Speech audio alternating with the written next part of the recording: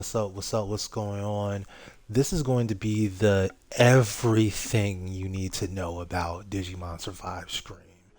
The only thing I'm not going to do is a tier list, all right? So you're not going to get a tier list of all the megas. I'm going to do that in a separate stream.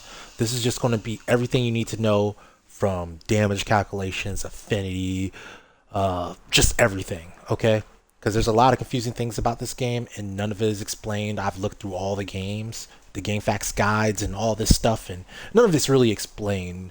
They show you how to finish the game, really, right? They don't really tell you the nuts and bolts behind the screen. um, to the point where I don't actually know the actual damage calculation. However, I have a lot of parts of the damage calculation that I have figured out. So everything besides minus defense, I figured that out. I just don't know the one part of it that is offense minus defense. Sorry. But before I go into anything else, do remember that if you like this video, I will make more videos of this nature. I love making informative videos. Secondly, if you look in the description or the first comment or what have you, I will link the guide that has all this written out for those of you who are visual learners instead of audio learners. I know I am. I like to read things. I have a big old Google document with all this information inside of it. You can take your time, you can scroll. It's got clickable links to quickly link you to different parts of it. So you don't even have to listen to my voice, try to find this particular part in the video where I said a certain thing. No, it's right there in front of your face. You can put it on your phone, put it on your laptop, and you can see it all. All right, I feel like I've been waffling for long enough. First thing I want to go over is the DLC. A lot of people, the first thing they want to know is, should they buy the DLC? So the price of DLC, if I'm not mistaken, is like $4 per thing, and you get the Guilmon pack and you get the other pack with the items in it. Now, if I got that wrong, I'm sorry, but that's how I remember it. You get one worth with Guilmon and one with the items. I would say both are worth it. Guilmon is very, very good. Gallantmon is very, very good. At in game, he fills a niche that no other Digimon is able to fill, as far as being a virus with a light element. As you can tell, down at your bottom left there, next to his name, you see a little spiked ball that looks kind of like a virus from your textbook. That's how you know a Digimon is a virus. If you want to see a vaccines look like this. Oh, that's, yeah, actually he is a vaccine. Vaccines look like that. They look like little comets. And datas look like little cubes, okay? So back to the main deal. He's worth it. There is a boss in chapter 10 of every single route that he is the best option against. I don't want to spoil anything besides that. You want him just for that. I'm gonna keep it real with you, especially on your first go around. Having him handy is very, very useful for you. Um, Otherwise, he's actually a pretty good Digimon. He's got a very long range on Shield Adjust. It's only really matched by a few other Digimon. I would say among the megas, he's probably top 5 in terms of range. And it also negates any stat boosts. And it's also got a very high attack rate at 350. Normally, you don't get that much out of a mega. And then his regular attack is also ranged, which is also very good for your battle backup, getting those extra attacks in. So yes, I would say he is worth it. He's not absolutely, it's not pay to win. He's not absolutely necessary, but he's worth it in my opinion. The other thing are the items. So let me see if you're able to actually see it. Looks like it. Yeah. Anytime you see dash D by something, that's how you know it's a DLC item. So you get destruction. I want to see the better version of this. Excuse me. It's better if you look at it from the Digimon screen. Here we are. Alright, so Destruction Cannon, DLC version. So compared to the regular version, it does 100 extra damage, so it's plus 50% damage. You have it basically immediately from the start of the game after you get through your first battle tutorial. you'll be able to unlock all of all your DLC items, including Guilmon. So you can see that it has the same SP cost, which is 50 down here. Destruction Cannon D, 50 SP cost, but 50% stronger at 300 effect. You get that from the beginning of the game. It's incredibly powerful. It's actually overpowered at the beginning of the game. Same thing for St. Knuckles. Again, very powerful and only SP cost 50. And compared to the regular, it has that 100 versus that 100 extra damage. So 200 versus 300 damage there.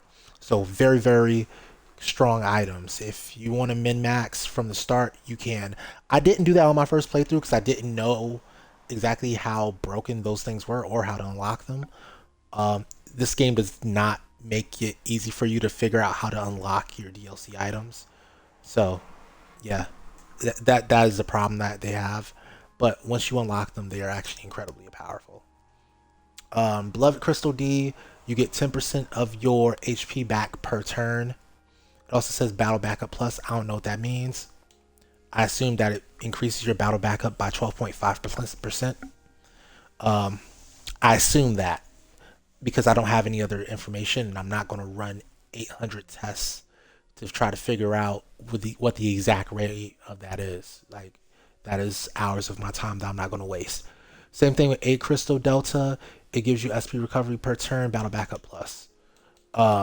So again, I'm going to assume it's one stage. A stage in this game is 12.5%.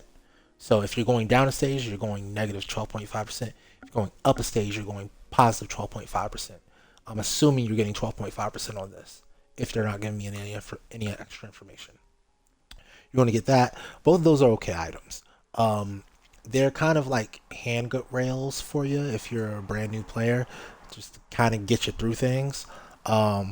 They are more useful later on when you can actually utilize those on Digimon that need them a lot more. Beloved Crystal Delta, I end up using on. Oh wait, I can't tell you that. That's a spoiler. 8 Crystal Delta, I end up using on Floramon. Actually, I end up using both of them on Floramon's Mega Forms, just on the different Mega Forms. Divine Crystal Delta. So, Divine Protection Crystal Delta, very, very powerful. It gives you negative 50% damage. It's literally the same as the regular Divine Protection Crystal. Except you get this way after beating the game, and you get this basically for free at the beginning of the game. It's the most powerful defensive item in the game. Negative 50% damage taken. So it's not against you, it's against the enemy. They are able to deal you 50% less damage. And then Staff's Abnormality Resistance, I don't know how strong that is. I'm assuming, again, it's a stack, or it's a stage, so plus 12.5%, I'm assuming, or negative 12.5%, that's in this case. And it doesn't stack. So when it says it doesn't stack, that means that it doesn't stack with things like Etemon's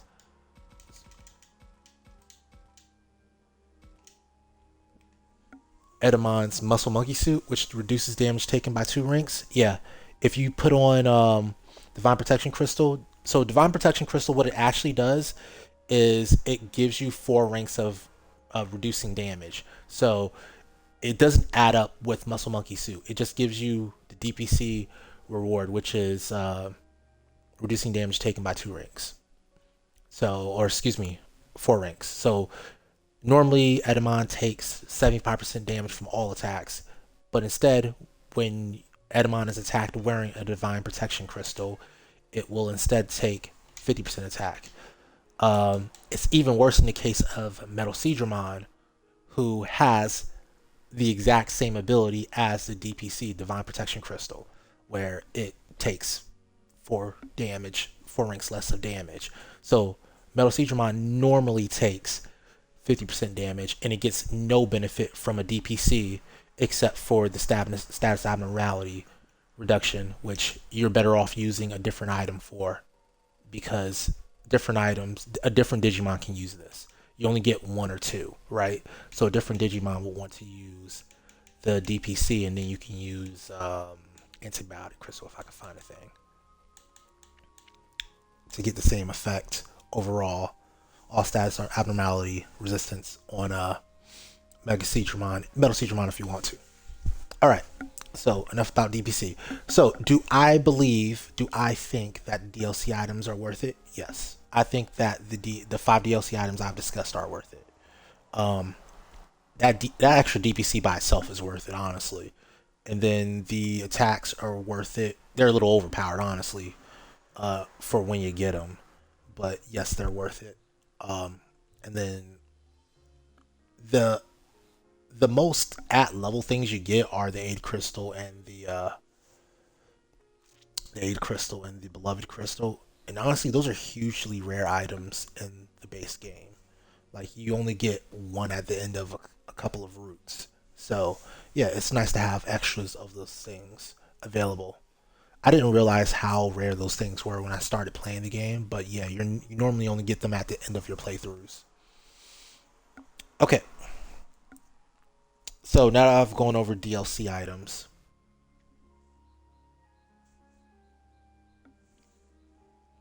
let's get into Karma. So, Karma. Karma is kind of the basically the typing of your Digimon, right? So you see above Drakmon's name here. If you're looking, it's right above Drakmon's name. You see that spiky thing again. That's the Digimon's natural karma. Its natural karma is virus. Metal Seedramon is a data type. Labramon is a vaccine type. And then you have some rare, very rare Digimon that have a free type, which is just represented by a line. All these things are the most important when it comes to your damage calculation. And also when it just comes to naturally attacking and defending. It'll tell you what you need to be looking at. They're very quick indicators of how much damage you're about to take.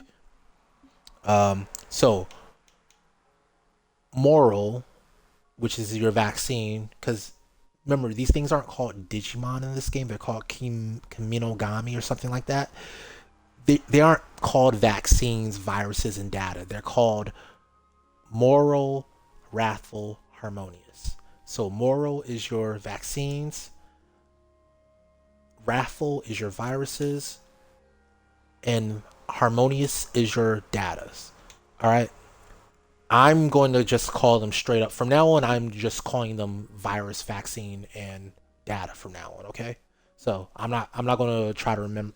Like, I know it by heart, but at the same time, it's very, very annoying to go back and forth between the Digimon Survive speak and the regular speak. So I'm just going to talk regular speak.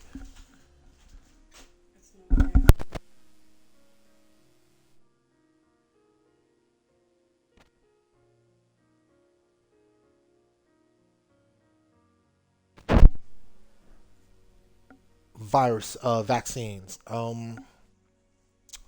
They're represented by the comment in the color red. If you get into I guess it's easiest to show you than to tell you, right? Let's say I go here, right?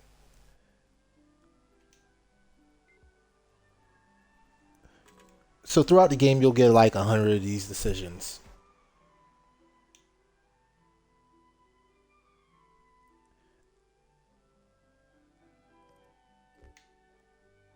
And then you'll see red is for moral. Up there, you see a slight tinge of yellow. That's for raffle, vaccine, virus. I'm gonna just keep going back and forth, I think. And then green is for your harmonious, your data. Now, it's when I'm talking about decisions, I will say moral, wrathful, and harmonious because those for your decisions it makes a lot more sense. But for your Digimon, it doesn't make as much sense because you know Spinomon is a virus, you know Edamon is a virus, you know Gallantmon is a virus, right? You know these things are viruses, so it's really hard to think of them as wrathful.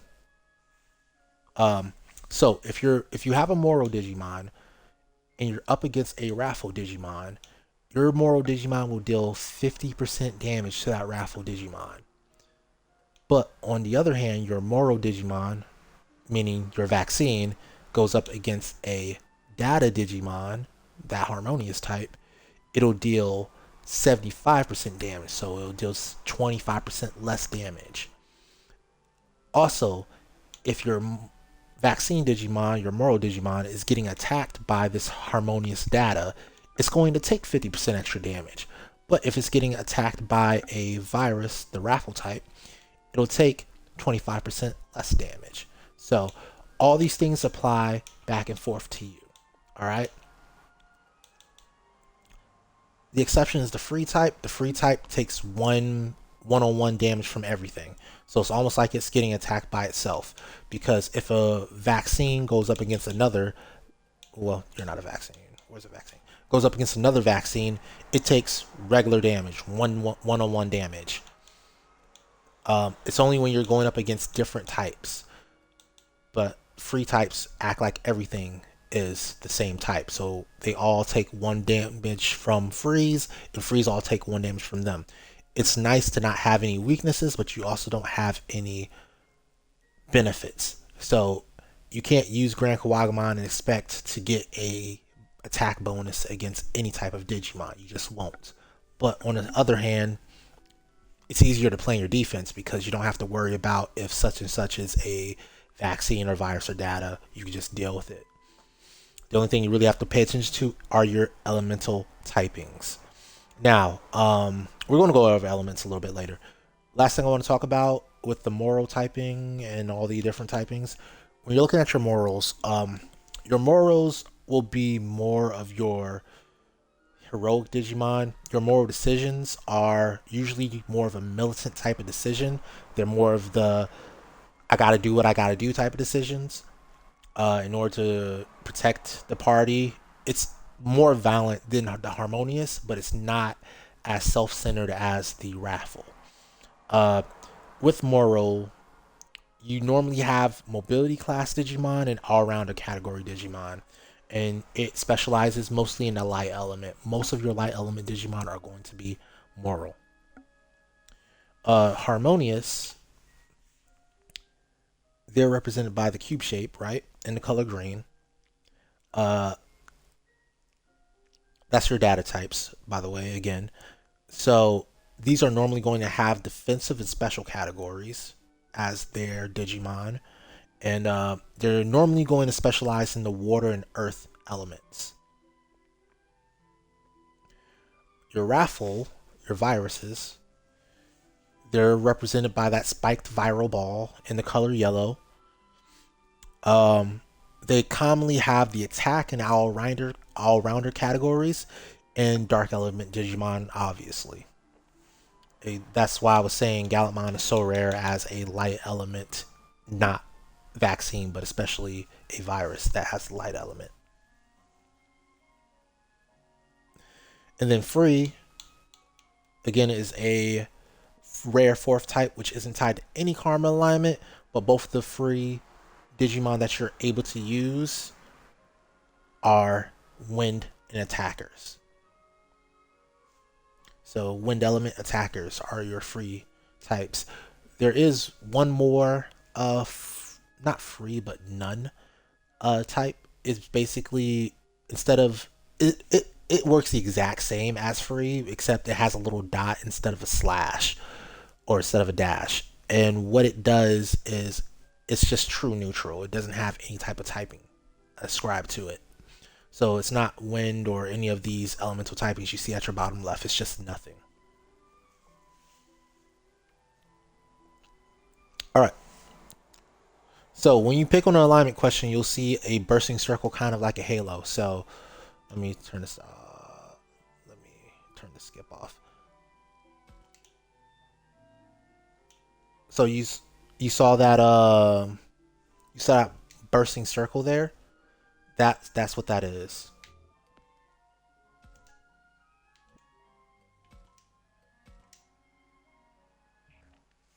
that tells you that you just got a point in whatever that was.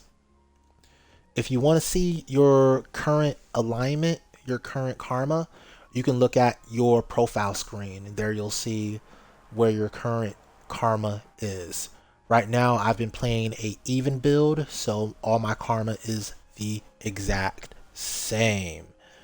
Alright, so 99% of your karma choices have no character, affinity, story, or item impact, but your highest karma will decide Agumon's champion and perfect level evolutions.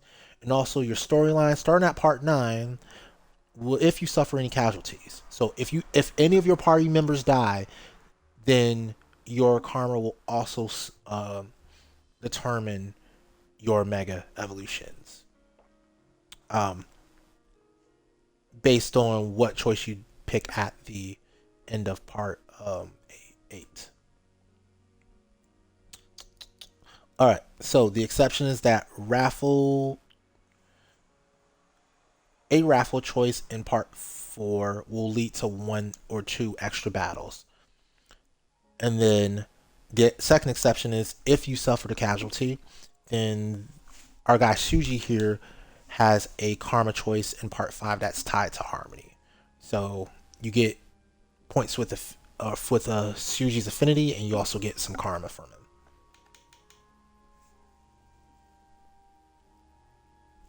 The more your character has karma with an alignment, the easier it is to recruit Digimon from the same alignment. So basically what that means is if I have a lot of raffle points, it becomes much easier to recruit viruses. If I have a lot of moral points, it becomes easier to recruit vaccines. If I have a lot of harmony points, it becomes easier to recruit data Digimon. It's possible to get 30 plus karma with all 3 alignments. You see it. You see it on my screen right now. And I'm not quite at the end of the game yet, but I'm pretty close to it. To make recruiting as easy as possible, but remember that your Agumon's evolution is permanent per playthrough. So the only way to see a different evolution for each stage is to New Game Plus. If you want to unlock all of Agumon's forms, then you need to New Game Plus. You need to see all 4 routes, basically. Or actually, not all 4 routes. You need to see 3 of the 4 routes. All learned partner evolutions are retained between New Game Pluses. The exception is that Shuji's first evolution isn't retained until Truthful Route.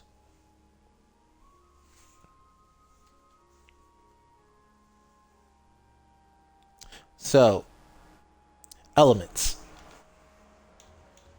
Elements. This is kind of the smallest deal that acts like a big deal. I'm gonna keep it real with you. You think elements are more important than they are because you see these colorful symbols at your bottom left, and you're like, wow, elements. No. Elements are not the most important things in the damage calculation. Your karma is. Elements are rarely more important than karma. They can be more important than karma depending on what you do with them. So let me explain that. And the other thing that makes elements seem more important than they are the way that they're displayed when you do damage. Alright? So these are vaccines. They are weak to harmonious Digimon, so data types, right? Let me pick a data type to throw in there. We're going to pick Sakyamon. And Sakyamon, you are weak to... Actually, let me pick a virus, actually. I'm going to pick a virus. Let's pick a virus. Put you in a game. Alright, you are weak to dark. Great. So, for reasons I'll explain later, having a negative 80% weakness against the darkness is going to amount to, I think, a 15% weakness-ish. Not even 15. I'm over... a little over 15. No, it's like, yeah, it's like 17 or 18%. I'm not going to do public math, but it's like 18%, all right? So, you're weak to dark, you're weak to ground. I'm just going to hit whichever one of you I can with whatever I can. Let me get a ground attack out. I'm surprised that has that big of a range. Alright, I'm going to use Awesome Quake just because it works on either of them. And then we're going to go for it. So,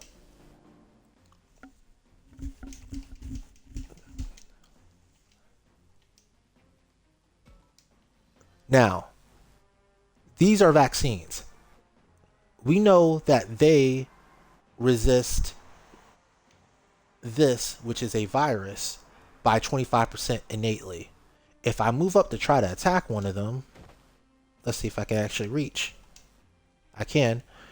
You see at the top of my screen, top center of my screen, virus to vaccine, 0.75 damage. That means I'm only doing 75% damage. I've gotten taxed 25% because I'm trying to attack a vaccine. However, I have this red thing over his head that says weak. That means that he's weak to the element. So you think I'm getting bonus damage, but in real terms, I'm only getting about 18% extra damage from the elements that I have from this ground element. So when I do this damage here, right? You saw that red pop-up? That red pop-up said advantage. And I had red numbers. That says I'm doing more damage than normal. When you see that red advantage, that means I'm at an advantage. I'm doing more damage than normal. But that's not true at all. I'm not doing more damage than normal. I'm doing less damage than normal, effectively. I'm doing less damage than 1. If I was not a virus and that attack was not Earth, I would be doing more damage. Another way to demonstrate it is to use a... Let's go with Sakyaman. I don't know if she'll be able to reach. I don't think she will, but we're going to try her anyway because I think she's my well, not my fastest, but she's my go-to. I think you... Oh, actually that might reach. There we go. Ice Archery. And you are resistant to water. Yes, you are. By 120 points. Okay. So, a little bit more public math. What was it? 0.20. It's 0.20. So, 0.20.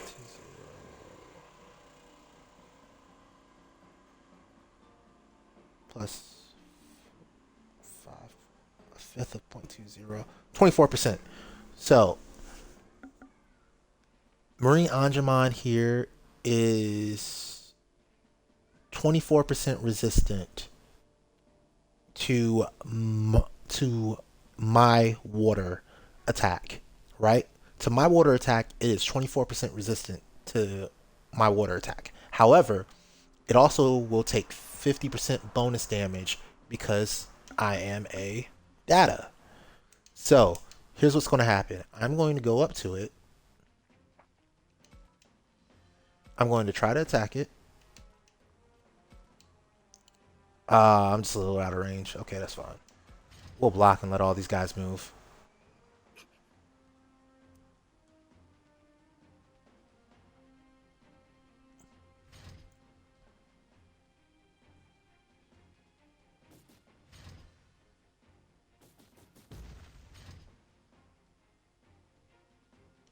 Alright, so now I can actually attack, right?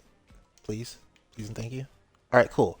So, right now it's saying, hey, no, this isn't a good attack. It's going to get resisted. However, you look up top, and it says, oh, times 1.5 attack. So even though, in this case, I'm doing more damage than 1, right? Because I'm a data attacking a vaccine, I'm doing 50% bonus damage. The attack will still say it's being resisted because of its elemental typing. And on top of that, when I actually do the attack, it gets a handicap with gray numbers, meaning that that was a bad attack. Even though it came from a data and it did more damage than it would have. It did more damage than my advantage attack. That handicapped attack that had the bad pop-up, the gray pop-up, did more damage than my advantage attack coming off of, what was his name again? Beelzemon there. So that's to teach you to not trust the game when it tells you certain things, basically, because the game lies to you. It does lie to you about what is actually good damage for you and what is not. The most important thing you need to be doing is paying attention to karma. If you have a box, use that box to attack the comets. If you have the comets, use that comet to attack the little spiky ball vaccines. And if you have the spiky ball vaccines, use it to attack your boxes. Use that triangle in 99% of your thought processes, and you'll be golden on damage. You don't even have to worry about damage calculation for the most part. But I will go through elements anyway because elements sometimes matter. They don't always matter. They usually don't matter, but they sometimes matter. All right. So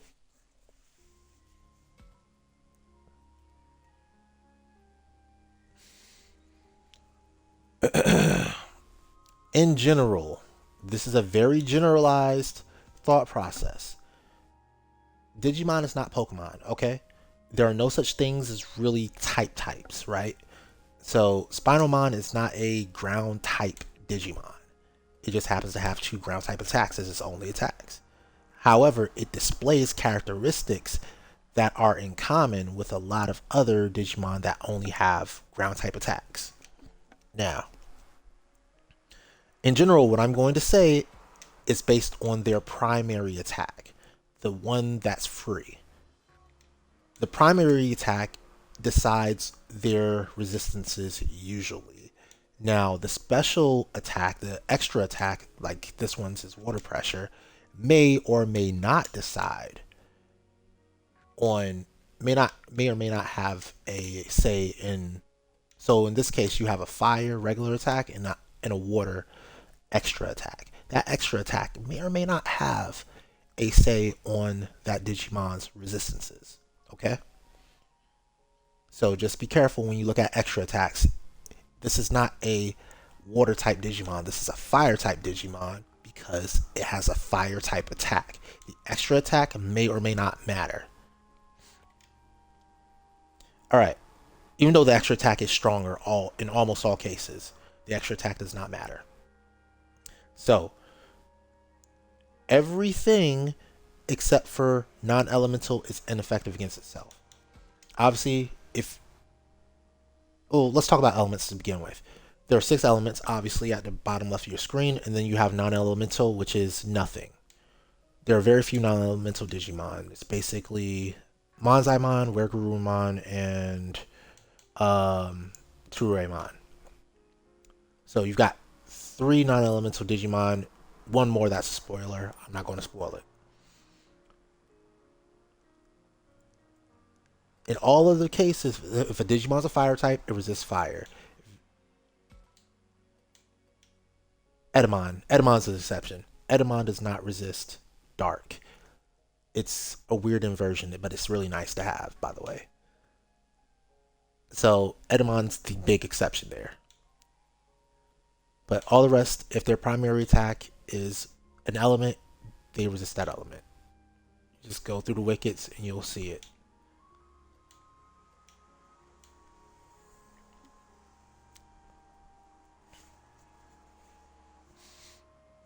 I forgot about Edamon when I wrote that.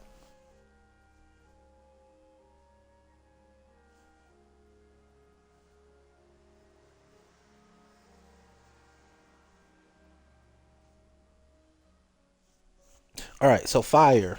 Fire attacks are effective against wind users. So there are very few actual wind users in the game. Um, but you'll see with Kunamon here, weak to fire. Um, Rosemon, weak to fire. Oh, she's not a wind user by primary attack. Where's my... Here we are. Yeah, weak to fire. Hercules Cobbleterrymon's kind of like the primary big wind user, and then you have Agumon as well. Those are your big 2 wind users in real terms. And then this guy is also a wind user.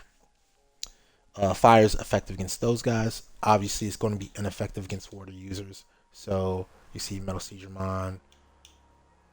You see Agumon. You see Plutomon here. All of them resist water. Or excuse me, all of them resist fire. They also resist water because they are water. Fire is effective against plants. So you see Ceresmon is a plant, so it's therefore affected by fire. Rosemon, also a plant, also affected by fire. And then Floramon, that's obvious, right? Plants should be affected by fire. And then the addendum to this is Leomon. He's also an outlier, like Agumon. He is weak to fire. Its fire is ineffective against water users. I already said that. Leomon, being a water user, does not make him resistant to fire. He is the sole outlier because he's weak to fire instead of resistant to it. Alright, water. As a type, water is effective against fire users. Duh.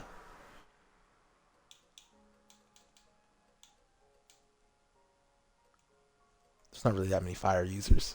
Like, Greymon's kind of the big guy. Oh yeah, Puppimon's a big guy too.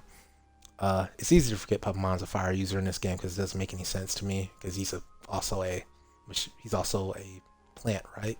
But whatever. Yeah, those are kind of your big two fire users, Agumon and Puppetmon. So water's effective against them, and it's also effective against machines.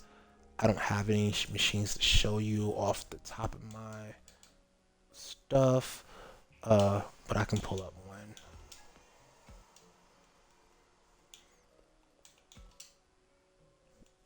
Oh no, it's not going to show you. I don't want to spoil anything either. Yeah, I just can't show you. But trust me when I say it's effective against machines. Water, machines, it makes sense, right? It's ineffective against roughly about water is ineffective against half of earth users, more so the beast types. So earth is a kind of a split element. It's split between plants and beasts. So plants meaning Floramon, Ceresmon, Rosemon, right? Beasts means stuff like your Spinalmon, your where we at? Saberleomon down here. Again, a earth beast, and it's also not affected by water. Those are like kind of the two big guys, I think. I don't think of any other. I can't think of any others besides spoilers. So yeah, water is ineffective against the beasts of the earth users, and then you can see it's not going to be super effective against even the plants. Even like they somewhat resist it as well. Wind is effective against ground beasts. So those two Digimon we were just talking about, Saberleomon, Spinalmon, and the spoiler I don't want to spoil for you guys. And it's also effective against random other stuff like Leomon, Plutomon. See, wind for some reason is effective against it. I have no clue why. It's just super random. And Machine Dramon as well. I have no idea why wind is effective against Machine Dramon. Like I said, Digimon don't have like types like Pokemon do. So it's just these are generalizations for the most part. Like there's just random stuff happening, especially with like Plutomon, Reshiramon, Leomon. They just do random stuff because they want to. Like I get why Leomon is weak to fire though. Also, amongst waters, obviously, even though Bluemeramon is a fire user, it resists water because it's also this is where that secondary typing comes into play. So it also has a water resistance here. Back to wind. Again, wind is really weird typing. It's not a very good offensive type. I'm gonna say that because it's only effective against like 2, things +1, it's kind of it'll kind of let you down. Honestly, it'll let you down in a big way. Um,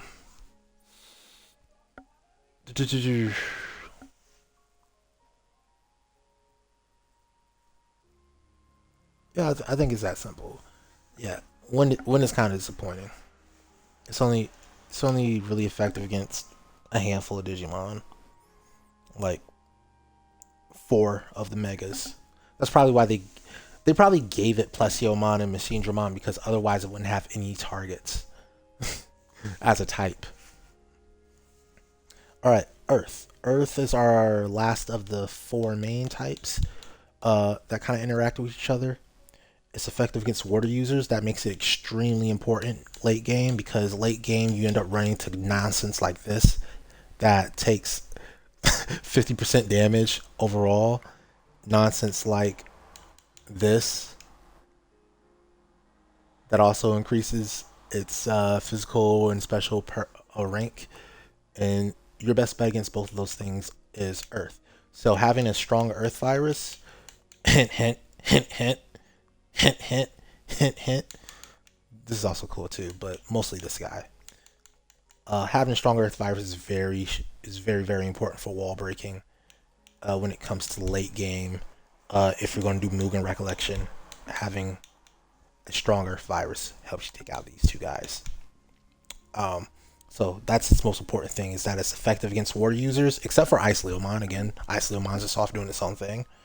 And it's also effective against Veraduramon for some reason. I have no idea, but why? But Veraduramon has a crippling Earth weakness. I don't get it, but it is what it is. All right, and the last two elements are the easiest to understand because they're just effective against each other. Light and dark are effective against each other. She's actually true neutral. She doesn't have any attacks. I guess she has a light attack, but she's not weak to dark. Um, yeah. If it uses dark, it's probably weak to light. If it uses light, it's probably weak to dark. That holds true even in Gallantmon's case when it's a virus. It's weak to dark and it resists light. Yeah, all the light Digimon resist light, weak to dark, and with the exception of Etamon, of course, who is a dark Digimon, but he's also weak to darkness. I think that's a allusion to the Dark Network being his downfall, right? In season 1 of Digimon, the anime, and he's resistant to light instead, which is actually a very very nice thing to be. Like I said, it's very very nice to have that setup because that setup allows it to basically tank other viruses quite well because most other viruses are going to be of the dark element. Again, a dark user resists dark, weak to light. Simple. Um, Now, yes, this is true that, and this is where it's easy to get caught up because although most of these vaccines that you're looking at Holy Dramon, you're looking at Seraphimon, you're looking at I can't show you the other one. You're looking at Holy Dramon and you're looking at Seraphimon. You're looking at them and you're saying, oh, okay, these guys are weak to darkness, so I should use darkness against them, right? All right. So what's also the case with them? They're vaccines. So if you try to use a dark vaccine against a dark virus against them, what's going to happen to you? Well, they're just going to deal way more damage than you're dealing because not only are they super effective against you by element, they're also super effective against you by karma. And you're not very effective against them by karma, even if you have the elemental damage, right? So you're looking at this, they're looking at this as a, oh, I'm just going to win anyway type of deal. Because, yeah, you're getting some extra damage from your element as a dark user, but you're also losing a lot of damage from your karma. So at a disadvantage going up against this guy. Let's say I was going to use whatever, Hell's Gate against Seraphimon, right? So I'm at a disadvantage. 20. I would get 40% extra damage against Seraphimon, but that's going to be reduced by 25%. So, yes, I get some bonus damage, but at the end of the day, it's getting reduced. Meanwhile, Seraphimon's using Seven Heavens, right, against Plutomon. Plutomon doesn't actually have that wild of a weakness against light, but to start with, 50% extra damage. Huh? And then for a vaccine going up against a virus, the math is going to be like 29% per.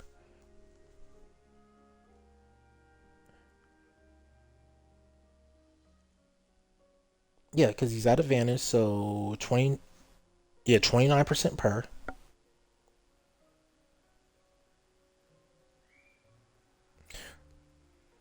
So 29 by zero point 0.8, so 23%.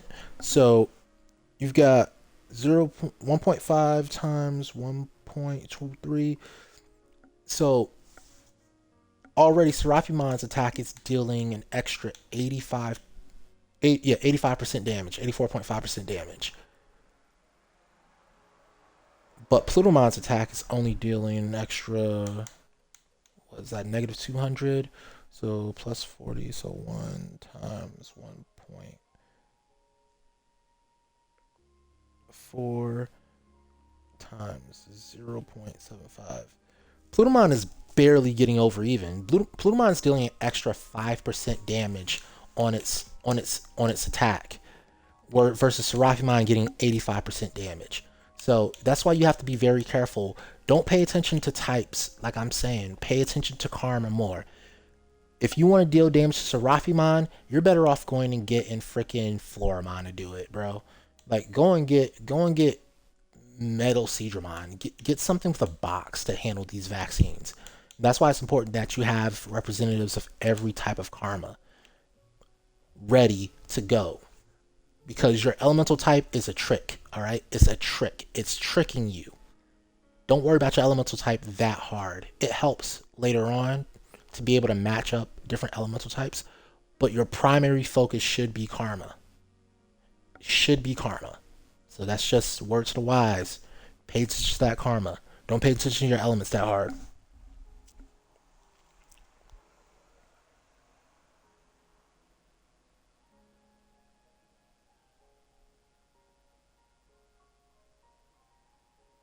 All right, damage calculation, actual damage calculation. Okay, we've been talking a lot about damage calculation. I haven't actually gotten into it. I did a little bit of damage calculation earlier. I hope you kind of get the gist of it. First of all, karma is the most important thing, then your element. Well, honestly, karma is the most important thing, then your orientation, then your element. Um, but the damage calculation I got from a forum, which I don't believe in, because when I tried to run this damage calculation, I got different numbers than I should have. Is offense plus power plus 100 in parentheses divided by 2 in parentheses to the power of 2 in parentheses divided by defense plus 200 in parentheses. And all that should spit out a number, and that number was wrong for me.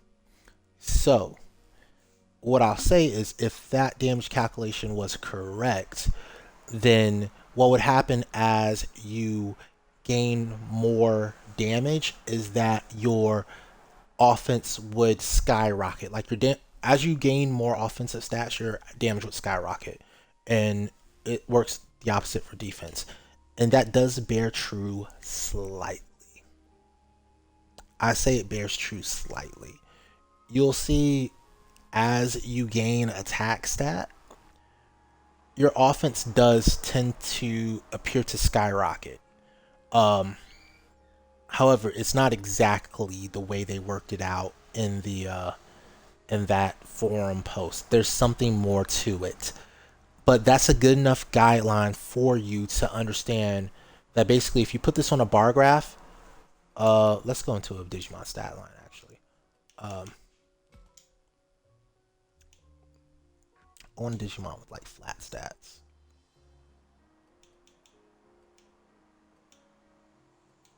It's very hard to find a Digimon with like straight up flat stats.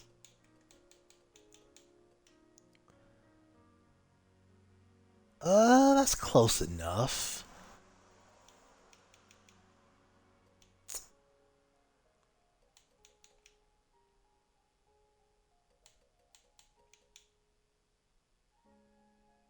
Yeah, I guess I'll go with that. Let's go with Metal Seedramon. Even though Metal Seedramon is clearly a tank. So, Metal Seedramon is, what do I want to say? How do I want to say it? Nope. It's too difficult to say. Basically, imagine a line graph in your head. Okay? Matter of fact, I could kind of demonstrate it here, even though I don't have enough space. The more attack you add, the more vertical it goes like this. Right? It's kind of like that. So you start at the bottom of the graph. You have the same offense and defense as your opponent, or your opponent has the same defense as your offense. So if I'm attacking with Dimension Scissor and my attack is 5'11 and my opponent has 5'11 defense for some reason, the further away I pull, as let's say I go up 4 stages and now I suddenly have 760 something, 766 physical attack, the way it's going to look on a bar graph is that my damage would have rose slowly at first, but as it gets to more and more extremes, it's going to go vertical like that. So kind of like it's just going to go more and more vertical. I think that's the best way to say it. You kind of see that. Like your first stage, you might not even get 12. So let's say, okay, yeah, stages are 12.5% per, right? Your first stage, you add 12.5% attack to your Digimon. You might not even see 12.5% more damage. Your second stage, you add another 12.5% damage, and what I've witnessed is that normally my attack goes up by about 30%. And then you add another stage, and then your attack goes up even more. And then you add another stage, and usually once I'm at +4, which is plus 50% attack, I'm actually doing plus 100% damage. That's the easiest way to explain it. So as you add more attack stat, your damage skyrockets faster and faster. Like that last stage is probably worth 45% by itself, even though it's just another 12.5% of damage of attack stat. All right. So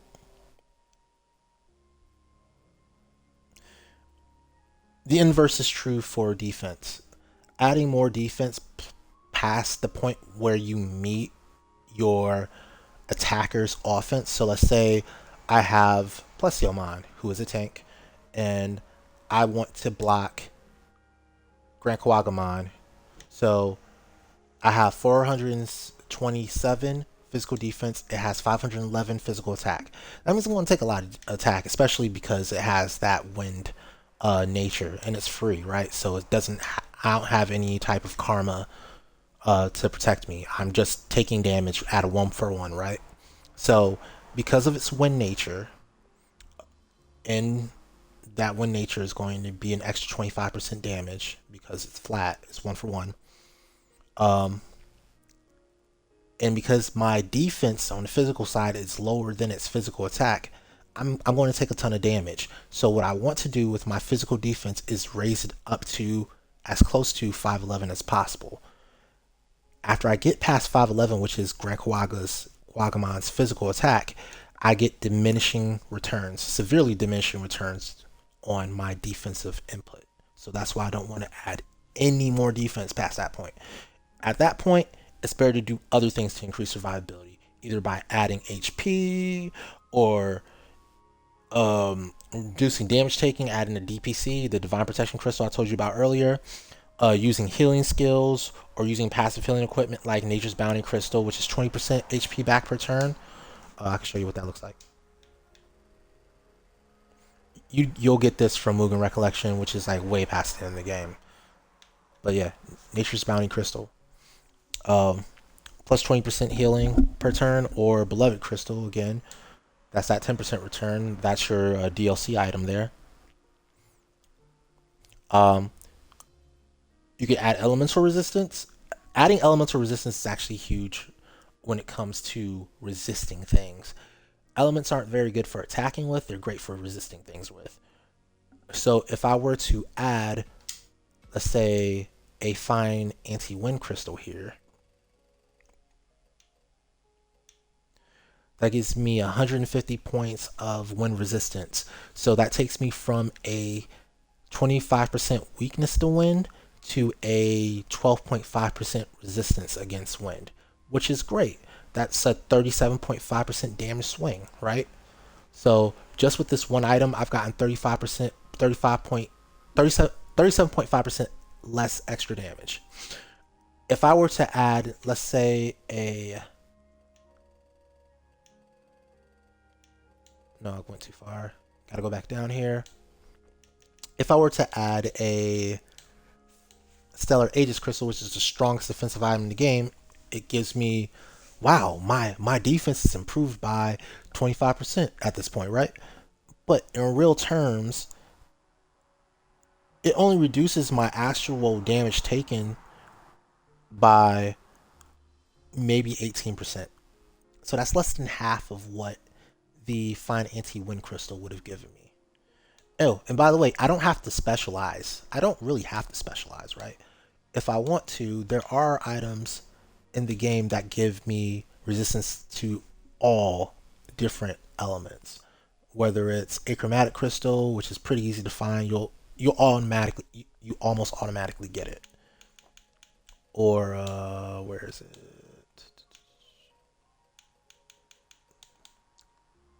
Anti-element crystal, which gives you plus 100 to all of them. So again, that's negative 25% damage there, fresh off rip. That's better than what the Stellar Aegis Crystal could have given me, which is negative 18%. And then I'm getting it for all my elements instead of just one. So just be mindful of these things when you're trying to build your tank. This game isn't really built for tanking, but you can build a very, very effective tank, and I'll show you how.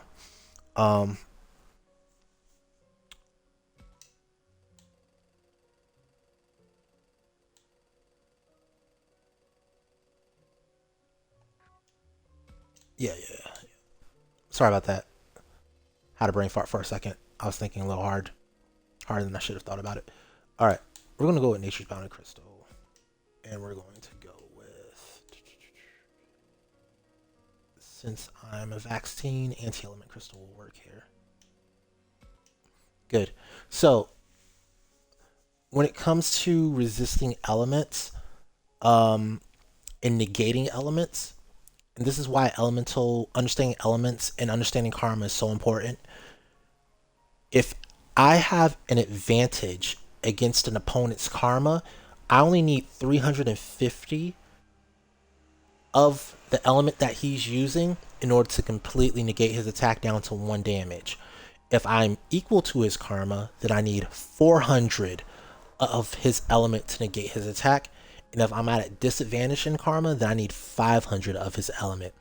So right now, if I'm going up against a vaccine, I can negate wind. No, not wind. I can negate water, fire, and light. And you're going to see that.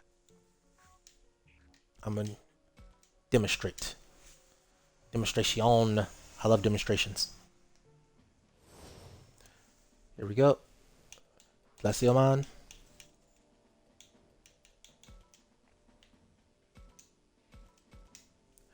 So remember, our Miscellaneous has very, very high elemental defenses. It's not going to be immune to Zudomon. It will be immune to Magna Angemon. Everything Magna Angemon could throw at it.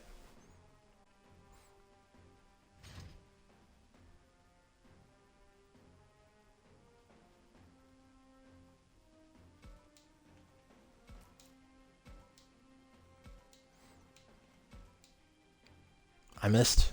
Sucks to be me.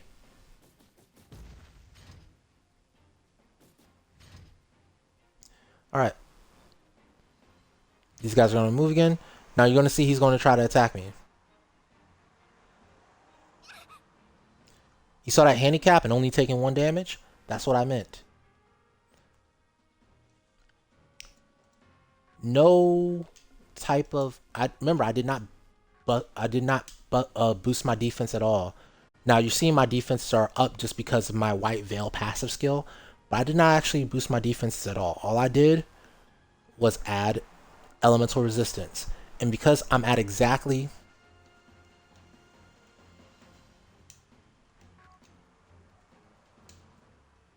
Sorry about that, Xbox party chat went off. Because I'm at exactly 350 light resistance, I am now immune to elemental damage. It's actually 345 is the exact number that you need, but 350, close enough.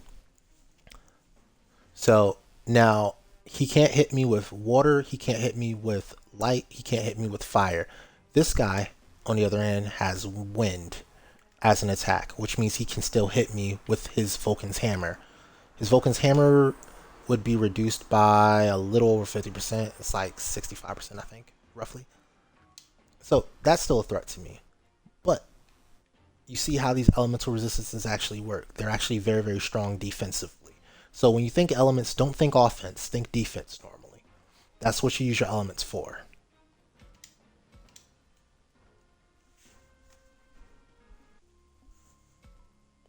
Alright, what other things can we do to increase our survivability, our tankiness? If I want to be a good tank, what can I do? Well, you can continue to increase your defenses if you want to. You can continue investing into defense using that Stellar Aegis Crystal I just was talking about. But like I said, it's not going to help you out significantly. If I were to do the same thing... Wait. Let's reload here. Sorry about that. Actually... Yeah, no. If I were to reload...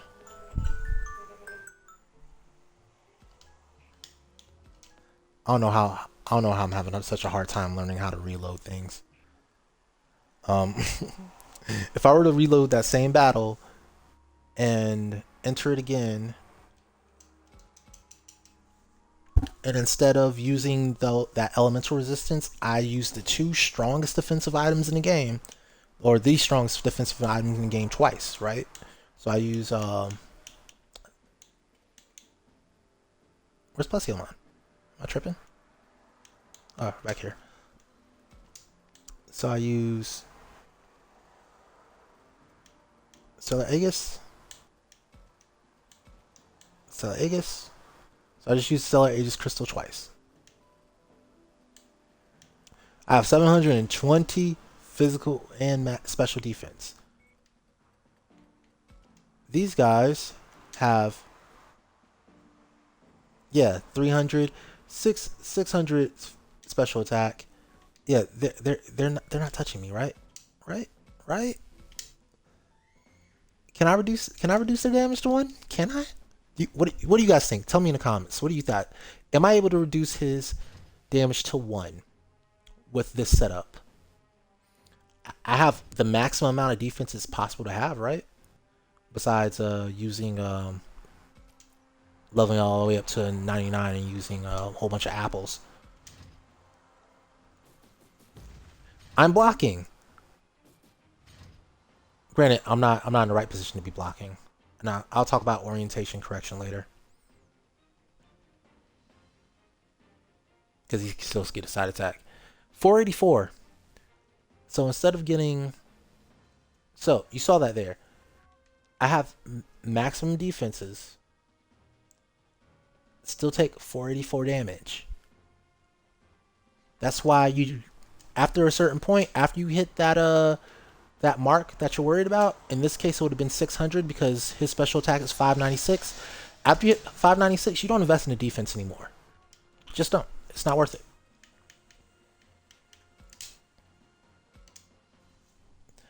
That's my recommendation to you. If you choose to continue investing in defense, mean, you might have a reason to do so, I don't know. But I would not recommend it. Alright. So,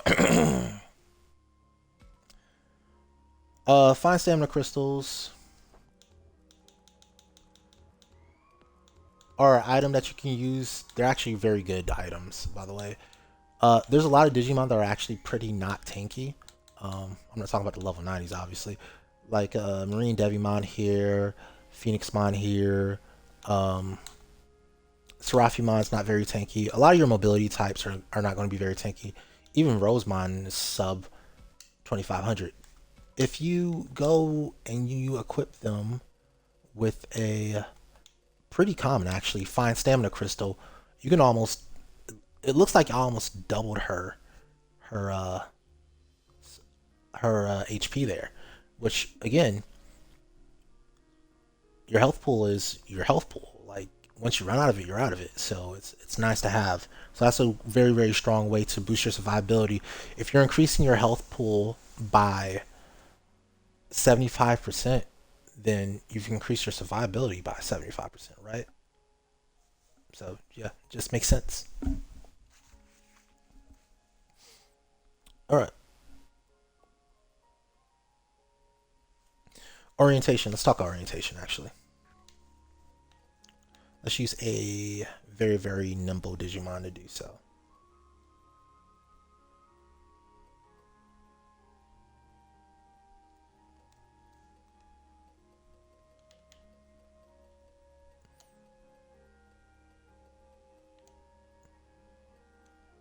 Oh yeah, yeah, yeah.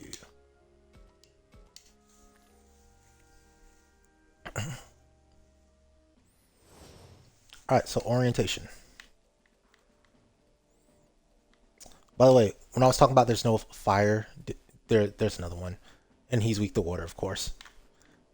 You can see his regular attack is a fire attack. That means he's a fire type. But this is another one where his special attack affects his typing as well. So you see that he's weak to dark because he has a light special attack. Anyway, we're going to use him. Actually, we're not going to use him. I want to use something that resists water.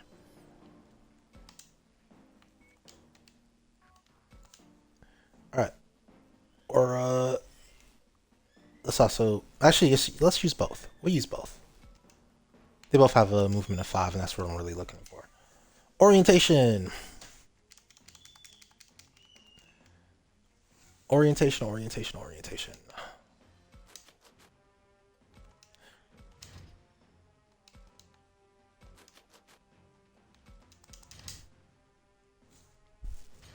Orientation refers to how you are positioned in front of, behind, or to the side of a Digimon.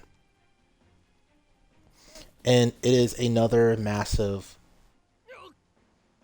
tool on defense and on offense. Depending on how you use it, it's kind of like the strategy part of the game, right? Like it's a major part of the strategy. So orientation. A regular attack from the front will do 100% damage.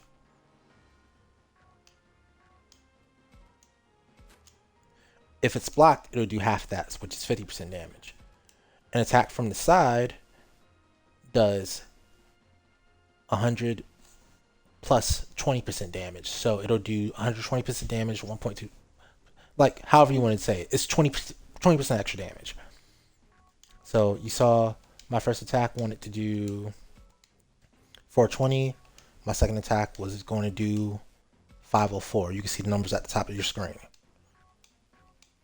A rear attack, aka a back attack, will do 50% extra damage, 1.5 times damage, however you want to say that. Also, make sure that you look at your critical hit rates, right? Look at them. And your accuracy rates will also increase as you change orientation.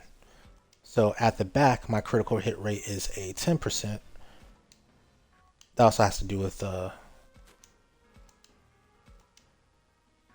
also has to do with elevation, because the higher your elevation, the more likely you are to crit. But also your orientation, because here, side, flat land, I'm also getting a critical bonus from the side. So be mindful. You always want to be getting good orientations for you, bad orientations for your enemy, as much as possible. Decent orientation can make up for a bad karma matchup, and especially a bad typing matchup. A bad typing matchup can be made up by a good karma matchup. When we're talking elements, and especially by orientation, good orientation can make up for a lot of bad stuff.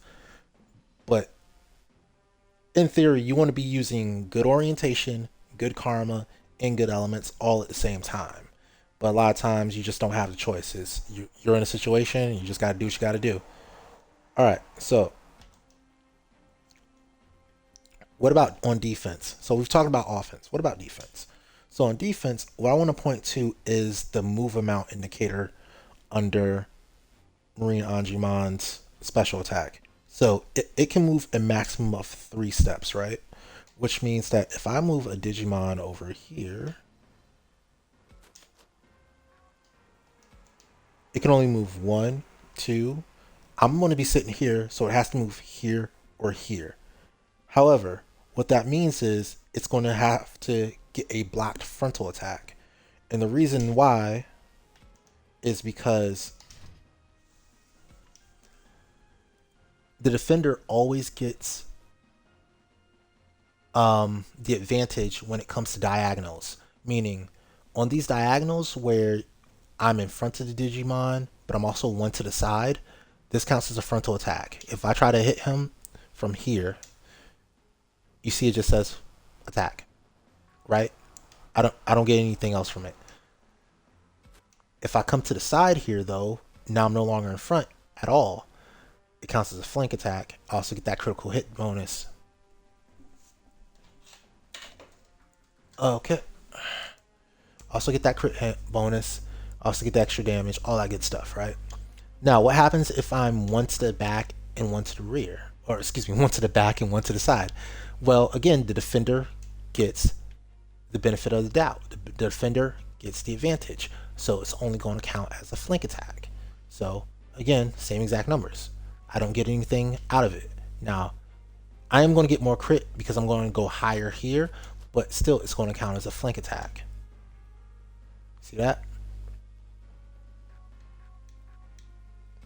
But if I were to move, let's say, 1 to the side and 2 to the rear, now all of a sudden, this counts as a back attack, a rear attack, and I get more damage for it, even though I'm not getting as much crit as I did up here. That's how you kind of have to understand it. If I want more crit, maybe I can reach from there. No, not quite. Not quite. So that's how you have to kind of understand your orientation.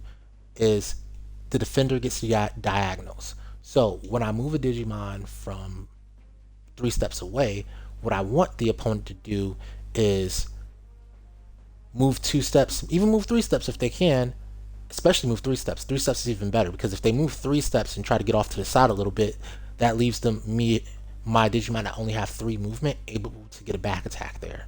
That's just a little gee whiz knowledge for you, because no matter which way they face, I can get a back attack with 3 movement. But let's say they just come up to my face and they hit me in the face. Oh, cool. That means I get a side attack off of them. And what's even better is that I've blocked them, so I've taken 50% less damage, but they've attacked me, so now they're going to take 100% damage at minimum for me, but they're probably taking 120% damage, because I'm going to hit them from the side at minimum. If I'm really good, I'm going to hit them from the back. So let's practice this. I'm 3 off to the side with Phoenixmon already. I'm going to move 3 off to the front with Seraphimon. And again, the reason we're doing this is because Marine Agumon only has movement of 3. That means no matter what it does, it has to attack into my guard here. Now, Zudomon, I don't know. I don't think it can reach me. That one on the left-hand side there. I don't think it can reach me with its Vulcan Hammer. I'm pretty sure it can. We'll see.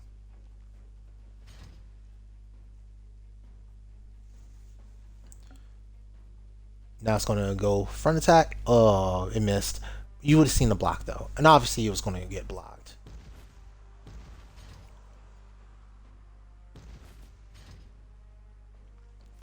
So that's how you abuse your orientation. And now he's right in front of me because I have. If you have 4 more mobility, it's a really strong thing to have because with 4 mobility, even if the opponent stops right in front of you, you can still back attack them. That's why 4 mobility is just such a strong position to have. But yeah, that's orientation for you. Extra damage, if you use it right, you'll take extra damage if you do it wrong because the opponent will be using it right almost all the time.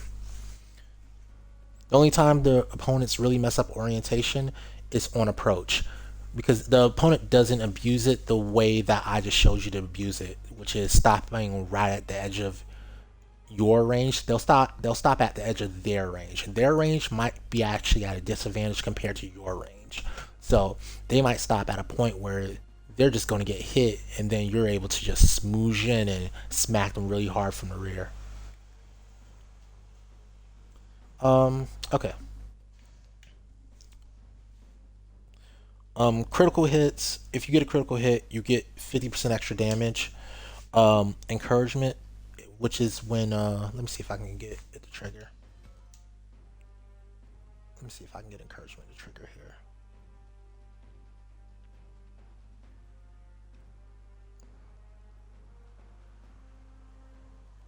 I'm trying to think of where I want to stand. Let's go here.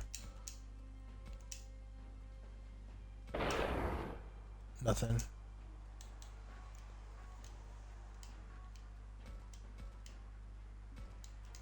All right, if I'm lucky, it'll trigger this time.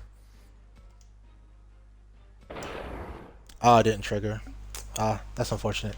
So sometimes when you're about to attack, you'll see a little green uh, assist sign pop up. Matter of fact, it should be under the help tab. Yeah, well, actually, maybe a green one or a red one. Excuse me. You see that little red assist pop up?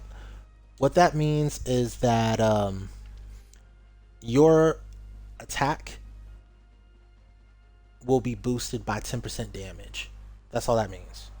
Um, One thing I don't know is if multiple of them stacks, but I know for a fact that multiple supports don't stack, so I'm assuming that encouragement also does not stack.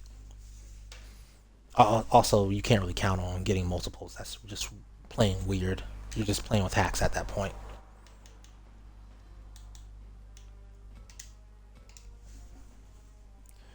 All right. Support recovers 10% HP and or MP, meaning supports when. So once your Digimon ends its turn, sometimes you'll see a nearby ally just kind of light up with that red assist thing, and then you'll get the HP and or SP recovery. That's all that is. That's your support going off. It'll give you 10% back, which is nice. The stage for a stat, we've already talked about it, it's 12.5%. From baseline, the maximum is 4 stacks of a stage, so you can get 50% maximum on any stat. And the maximum for mobility is also 4.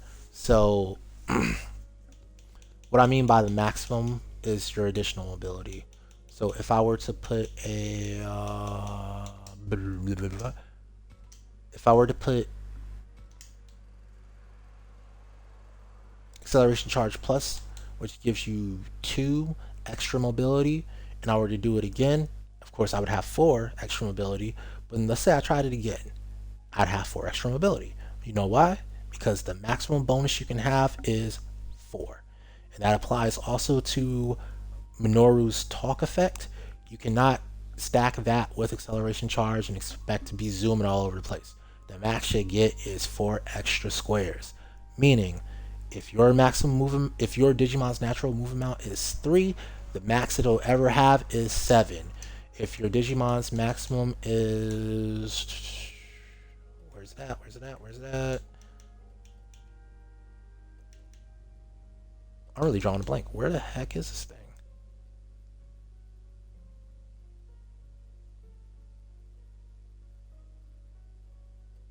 Oh, I'll use you. I was looking for Phoenixmon.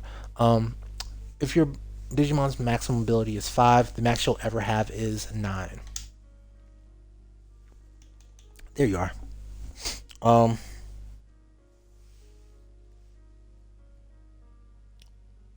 why does that matter? Uh, it doesn't really matter that much. If you need mobility, you'll get it.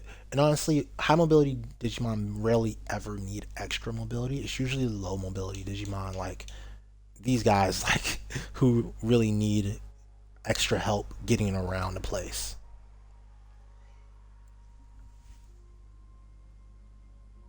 Because even just one extra square for Siakumon is a 50% extra movement, right? So just something to think about.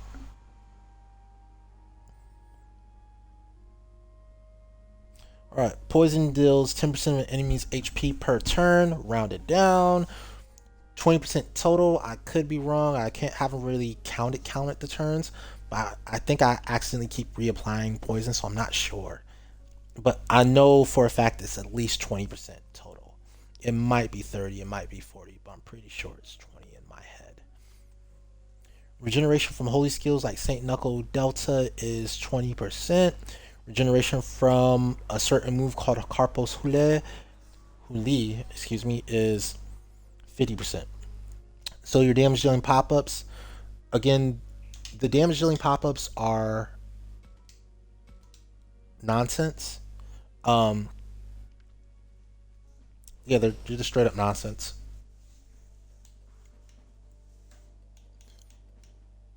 As I've said before, if you're using a vaccine and you use an ineffective element, but it's not to the tune of 50%, even though your attack is better than 0, it'll still give you a gray background.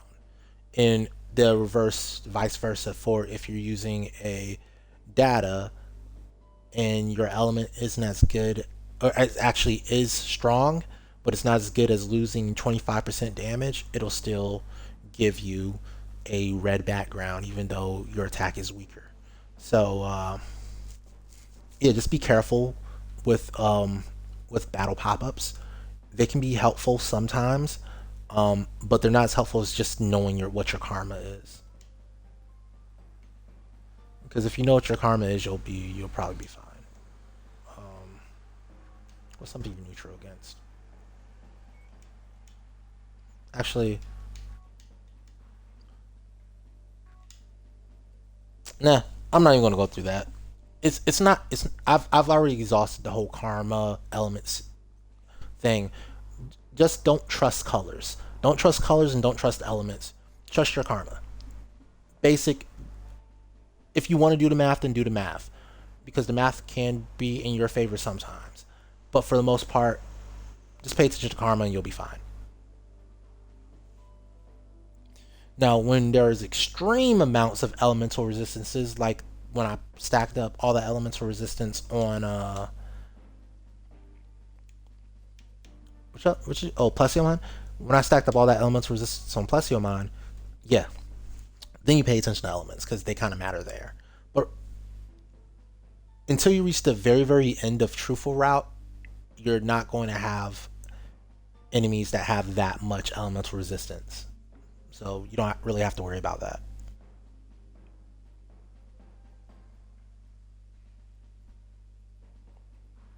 A whole bunch of testing data. All right, so routes. Let's talk routes.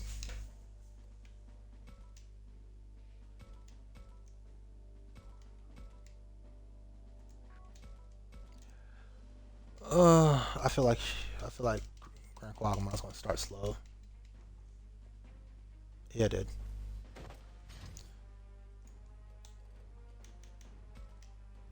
Let's talk routes. So there are 4 different routes to the story. There are the 3 first playthrough routes, and then there is Truthful Route. The 3 first playthrough routes are the routes that you have available for you in a first playthrough. It's super simple, right? You cannot get into Truthful Route until you have beaten one of these 3 routes. Once you've beaten one of these 3 routes, the game will give you a prompt saying, "Hey, maybe things could have been better if you did a certain thing. that you weren't able to do in the first playthrough, by the way. So that's kind of actually really annoying that the game's kind of saying, hey, you screwed up. You should fix that. You weren't able to do it. So the thing that the game's going to tell you to do, it is the right thing to do, but you weren't able to do it. It's not your fault that things went badly. So the first playthrough, you must play through, and then you're able to get to this route that I'm in right now, which is called Truthful Route, which is the true ending of the game. Um, so choosing your first route, I will say this: the game is made to be played multiple times in a row. You cannot complete Truthful Ending in the first playthrough. All right, you can't complete the library, which is how you get the. Sorry about that. You can't complete the library, which is how you get the achievement for um, platinum the game without having played all 4 playthroughs, right? So as you're playing your first playthrough, make a mental note of, do I want to do this 3 more times? Because you have to do it at least 3 more times to complete the whole thing. And honestly, probably 4. It's probably closer to 4 because you kind of have to play Truthful twice in order to really finish Mughal Recollection. This is my second Truthful playthrough, that's why I can tell you that. Beating it once isn't good enough. You kind of need to beat it twice. Um, if your goal is to have just a straight up casual playthrough, though, you're not trying to play it a million times in a row. You're just trying to see the truthful ending. Then start with the moral route, which is that means you're going to make all the decisions. Remember, we were talking about your harmonious, your karma, your moral, wrathful, harmonious. You're just going to make all the decisions that are red. That's all you got to do. Make all decisions that are red. This will allow you to unlock all the Digimon that you're expecting to unlock because basically the Agumon is going to turn to the things that you want to turn into for the most part. Unless you're kind of a weirdo, Agumon is going to evolve the way that you would expect it to evolve if you play moral. If you play something that isn't moral, then Agumon is going to evolve differently. And these evolutions are kind of cool. I kind of don't like Raffles play. Well, I'll talk about that later. But yeah, if you're just trying to have a casual playthrough, experience the game, and get it over and done with, go moral and go truthful. Simple. If your goal is 100% completion, then obviously you're going to do all 3 of the non-truthful routes, which means you're going to play 1 route moral, going to play 1 route harmonious, and then 1 route raffle, and then you're going to be done. Well, then you're going to go to truthful, right? And then you're going to have to play that twice. So you're going to basically have to play the game 5 times in a row. But you do have a skip function, and on your second playthrough, the game will ask you if you want to skip all the tutorials, and you could just say yes. I don't want to play any tutorials. So talking about the routes, moral route is the easiest, fastest route with the least depression and the most access to rare items. If you play it right, you can get everything between just it and truthful route except for 2 skills and 2 dark evolutions, including a root exclusive super ultimate that you could also use in truthful, but only by unlocking it in moral route. So you get everything except for 2 skills and 2 dark evolutions and some items, but whatever. There are no stellar aegis crystals or fine anti-water crystals, and no restore skill in the in the moral ending. And there's only one very missable chance at a fine vexing aegis crystal, so you're not going to be able to build many tanks coming out of moral. So that's moral's biggest weakness, is that you won't have any tanks coming out of it. Like, your tanking ability is going to be very, very limited, and you're going to have to build that up through truthful or through the other routes if you want to do it that way. Harmony route is difficult, specifically if you do not overlevel Agumon or train strong vaccine Digimon to help for the first 2/3 of the game, as you will be at an attribute disadvantage, meaning a karma disadvantage, the entire time in 5 of the 8 boss battles.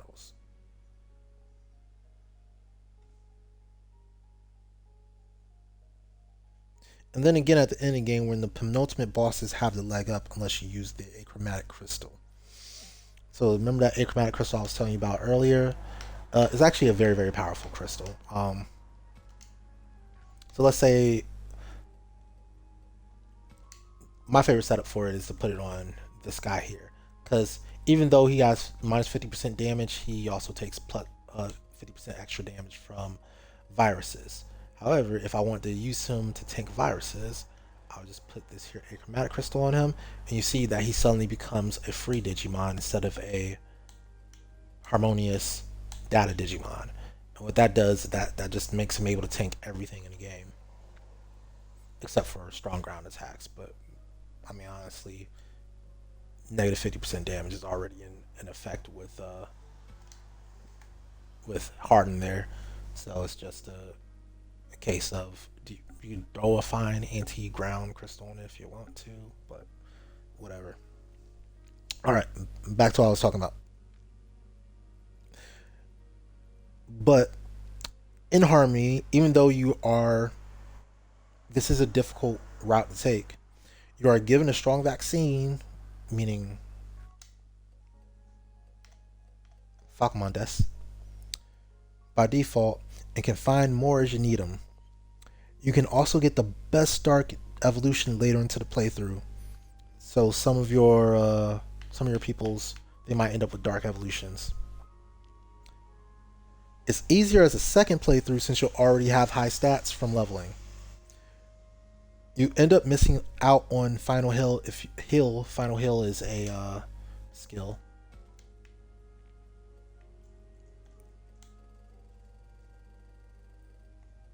It's the strongest healing skill, by the way. Final Hill, um, if you take the harmonious route. Now, and I remember I said you missed out on restore if you took the uh, vaccine route, the moral route. Lastly is Raffle. Raffle is difficult if you aren't skilled at the game mechanics, so it's a skill issue route. As the evolutions are inconvenient, very inconvenient, and you need to use items to fix flaws in their basic approach. Agumon's champion in Raffle reduces your movement by one. So instead of having three movement like Agumon normally does, as you can tell, Agumon, when it evolves into a champion in Raffle route, it only gets two movement, which is even worse than the harmonious karma's disadvantage. Having your movement reduced to two is really, really bad. I can't overstate that. It's really, really bad. Um, to the point where in Raffle route, when I'm not, well, there's a couple ways to work around it. You can use Destruction Cannon from DLC, but if you didn't have DLC items, you could also use Agumon to walk around, and then when you start getting the striking distance, because you don't want Agumon to get attacked raw, because Agumon doesn't have very high stats until it evolves. You evolve Agumon, and then it gets to attacking things. Um, but again, that's why I say this is a skill issue route. You need to work around things. Agumon's champion reduces your movement by one. Your Mega is the most common Mega in the game, with four separate rookies all getting to it. Honestly, Agumon's Mega as a Raphael is kind of trash. I hate. It's a good Digimon. It's just that I hate that it it's something you see so much of. Like uh, his data harmony Mega is actually really, really cool. I like it. I like it. His harmony line is actually really, really cool. I like it a lot. And of course, the vaccine line is exactly what you expect it to be. But um, the virus line is trash. I ain't gonna lie. I hate that virus line. I hate it a lot. That virus line is absolute doo doo water. Um, Everything about it is bad. That's all I really have to say about it. Honestly, the virus line is trash. And also, Raffle is very superfluous with truthful, as you'll want to be making raffle choices for your evolutions during truthful anyway, because during almost all the battles, um, it's advantageous to you to evolve into a raffle than a anything else. Um, you'll also be missing three really good partner megas compared to other routes. Even your Celestial Blade which is the oh, I haven't even talked about these. So yeah, perceived memories. So you can only finish Spirited Away in Moral Route. You can only finish All in the Seasoning and Harmony Route, and you can only finish Telling the Moral and Raffle Route. Uh, so Celestial Blade is both a good and a bad thing. It's not as good as these two in a vacuum. These two are far better in a vacuum. Just because if you look at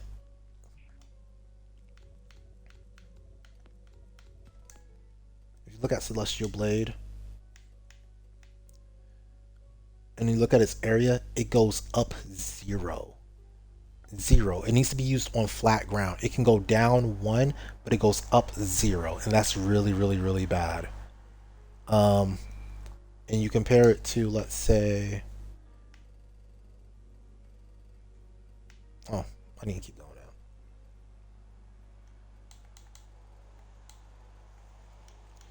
You compare it to its compatriots, Giga Crusher. Giga Crusher goes up one. Extreme Burst goes up one. Why doesn't Celestial Blade go up one? It's just really bad. Now, Giga Crusher doesn't go up three when it comes to range, but honestly, it doesn't really need to. Going up two is actually pretty strong already.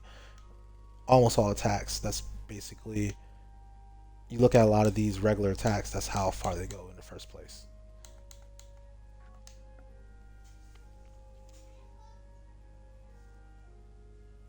So, when it comes to Raffle Route, back on that, the only truly positive thing about Raffle Route is that you get a second acceleration charge plus, which is I can't understand how big of a benefit that is to your team, because that is a massive benefit to your team. The more acceleration charge pluses you have, the let me say it this way: acceleration charge plus is necessary to make certain Digimon viable at all, and this like if I could count off how many Digimon you absolutely need this thing to even start being viable, um, Blue Maramon is one of them. Even though it's a perfect, so you might not count it yourself. Spinalmon's one of them.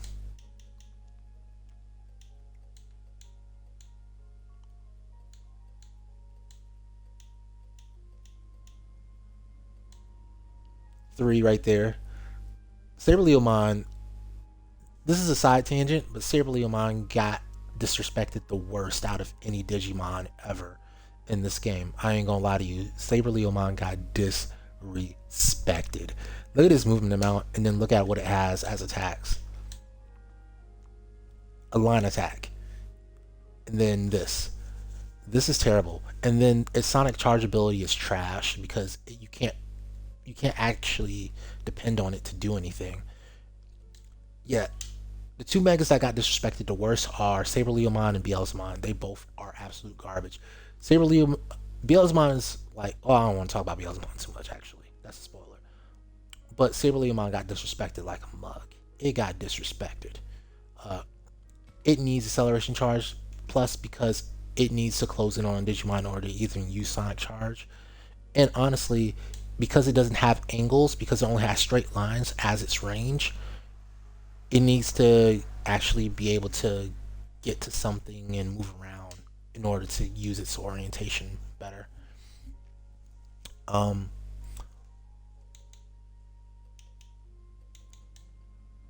Miracle Agumon needs it because of Demon and Deep Force. That's four. I was using it on Plesioman, but I don't anymore. Yeah, so that out of the Digimon I'm using, that was what, four? Yeah. So you need at least four of these things, and you can get them once per playthrough. But the only exception to that is Raffle, where you can get them twice. So you can get two of those in Raffle. That's why it's so nice to have.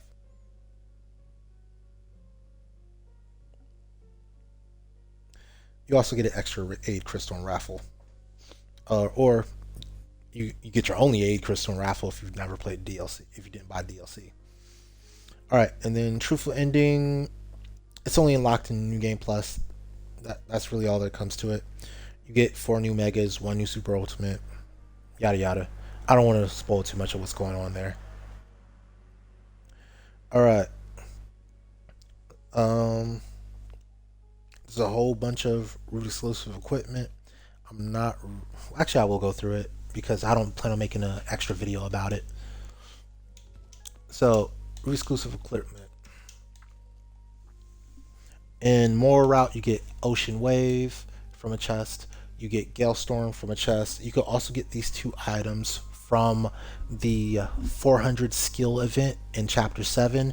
If you want to know how to do that, I highly recommend you go to the link in the description or in the first comment. It's going to be both places.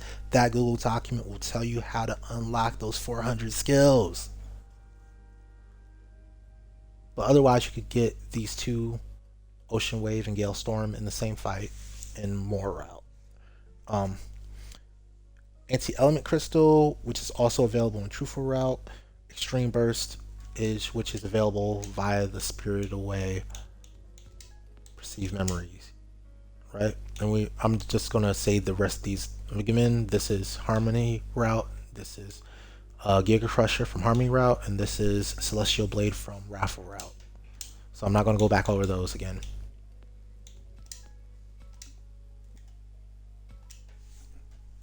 Alright, from Harmony Route, you can get Awesome Quake. You can get Restore.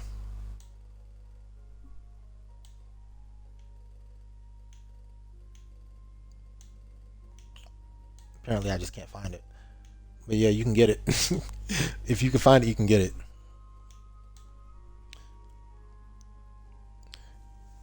And you can also get it in Truthful as well, by the way. You can get Crusher.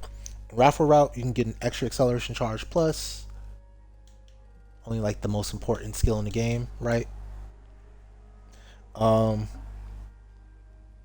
can get Celestial Blade and you can get an A Crystal. And then in Truthful, you get Ice Archery.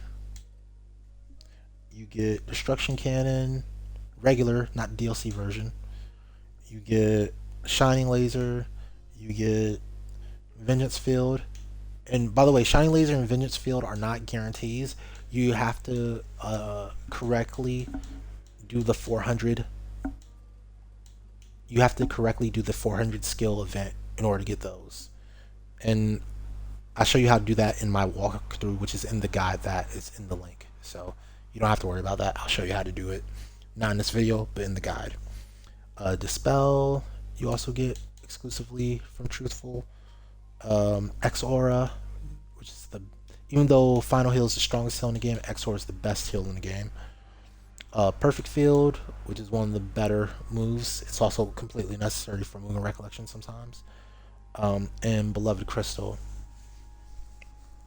the non-DLC version of that. Alright. Lastly, I'm going to finish up with miscellaneous tips. So, I've been saying this throughout the video, but overall, a Digimon's karmic type usually matters more than its elemental resistances when weighing your options. Orientation correction, front versus flank versus rear, favors the defenders on diagonals. We went over that, so I'm not going to go over it again. Your affinity with your classmates increases to a max of 100, with you being unable to unlock their perfects until you reach 30 in the correct part of the game, and you being unable to unlock their megas until they reach 70 affinity, and you've reached reached that part of the game as well. Usually you'll know it's about time for these guys to start getting perfects and megas when Agumon evolves into a perfect or a mega. Then it's time for these guys to do so as well. I'm not going to spoil that.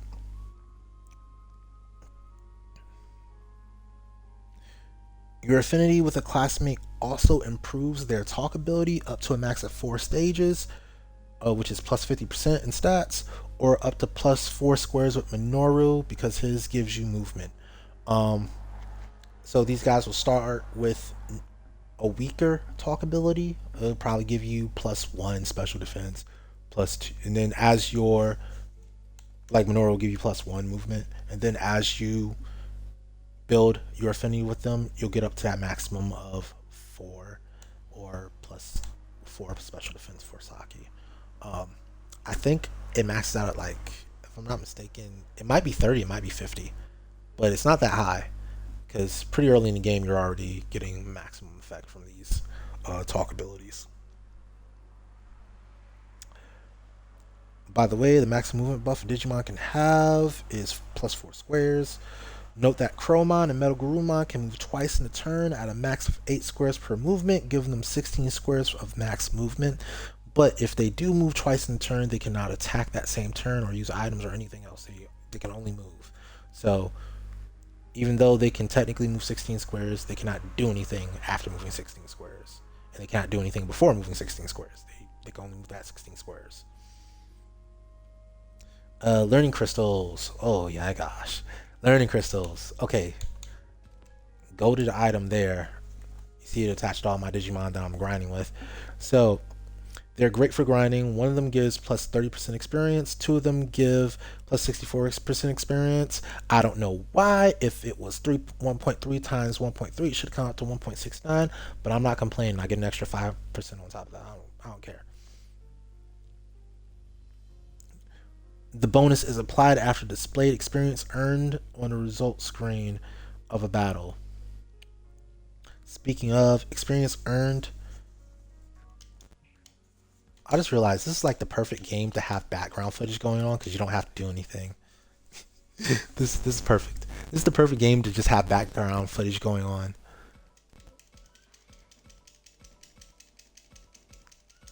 I can literally just let them do stuff.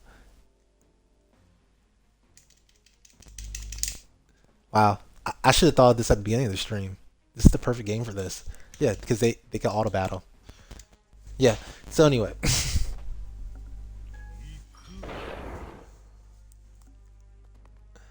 Speaking of, experience earned is applied to all Digimon that participate in a battle, but only increases by killing enemy Digimon and not talking to them, which means if I were to use a talk effect to try to get an item from a Digimon or try to recruit it, that Digimon disappears if I succeed, right? So what happens is I don't get the experience for that Digimon. That Digimon just disappears, which means that it makes your grinding slower and worse. Now, if you have a problem Digimon that you need to get rid of, then of course you can do that. Digimon have different leveling requirements. Partners have the highest requirement, followed by Megas through rookies in descending orders. It's usually fastest to either level a Digimon at a lower stage, then evolve it when it's needed for a fight, or recruit it at a very high level, meaning, when I say very high level, I mean level 95-ish. And you're only going to find that in truthful, what you call it? Truthful ending.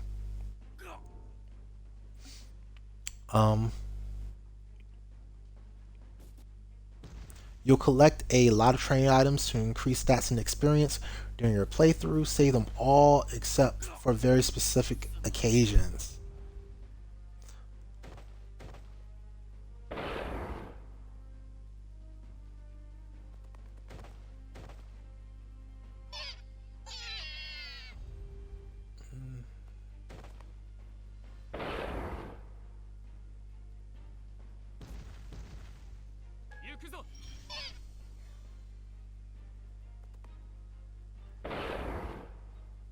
I'm just gonna let them rock out real quick.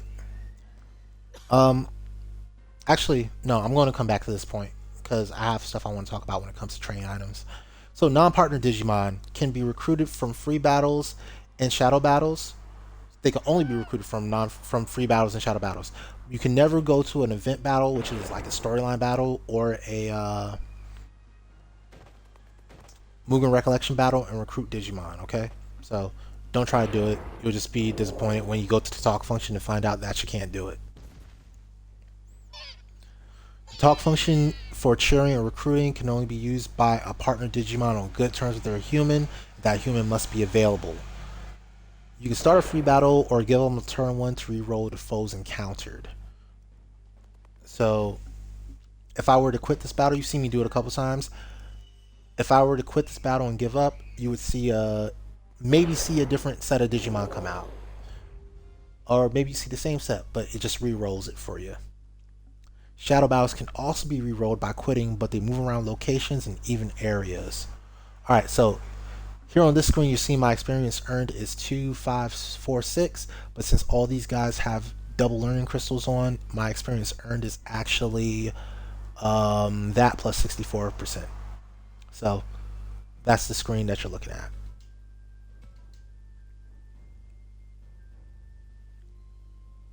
So coming back to train items.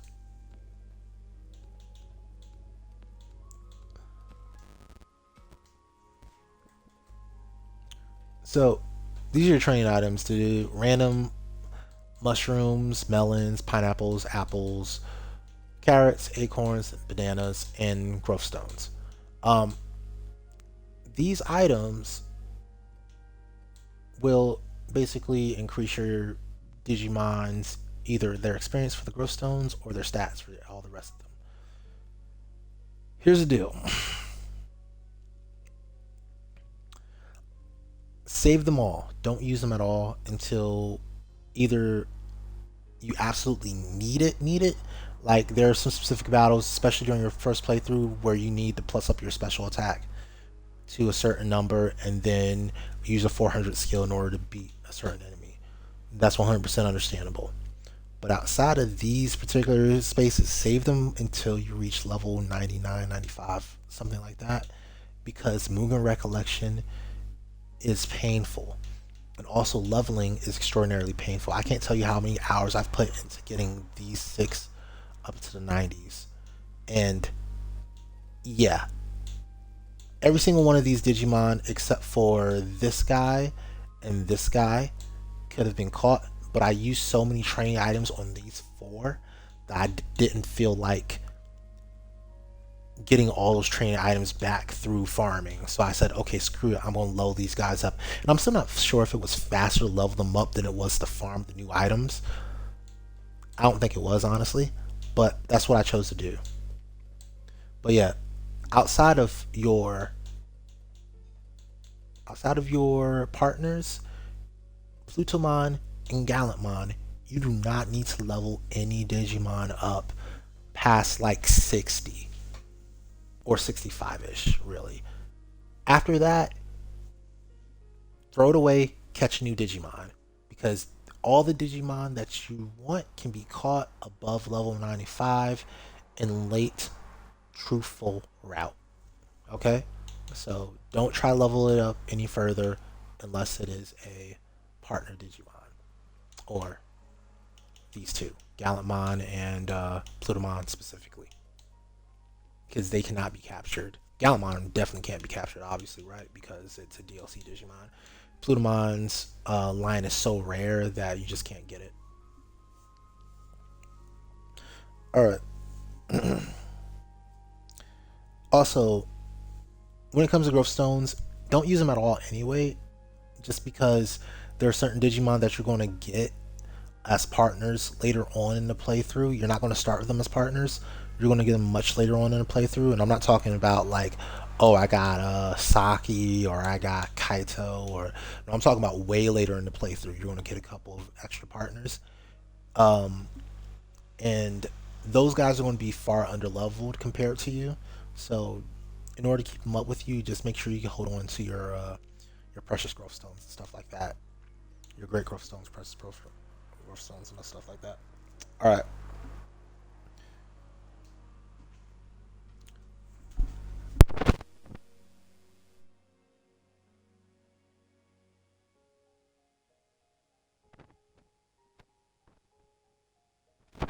So, shadow battles. Shadow battles are these things where shadows will randomly show up. I don't know where the best place to find one is.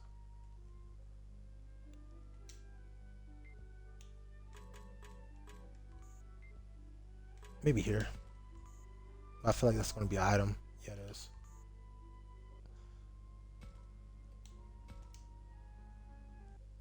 It's easier to demonstrate this than it is to than it is to talk about it. If I say it, it doesn't make any sense. If I show you, it makes a lot of sense.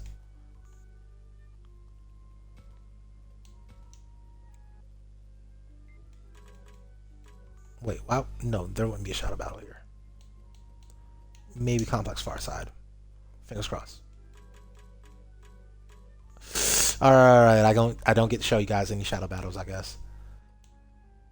Was by city? Fingers crossed. Oh yeah.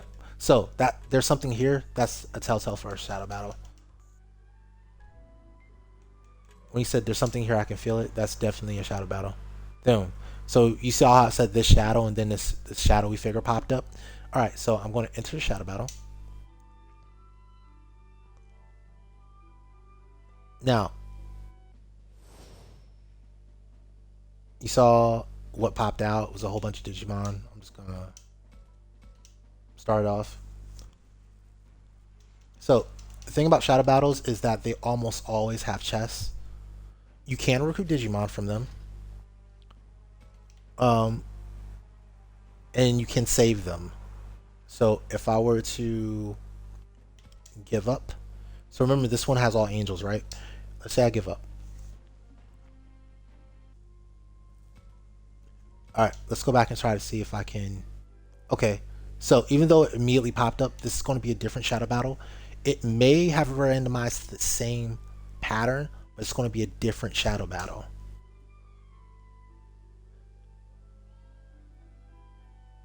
And it doesn't need to pop up in the same place. So you see this time I have insects.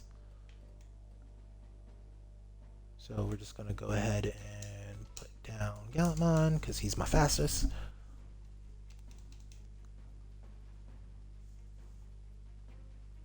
Cool.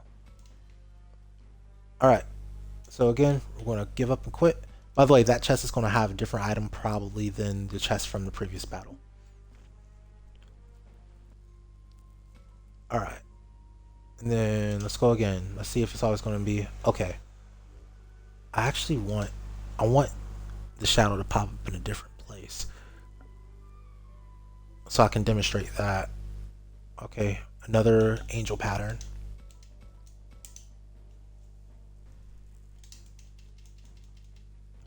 I might be in a situation where there's no chance for shadow battles to pop up anywhere except here, which is interesting because that would make this a very good place to grind shadow battles.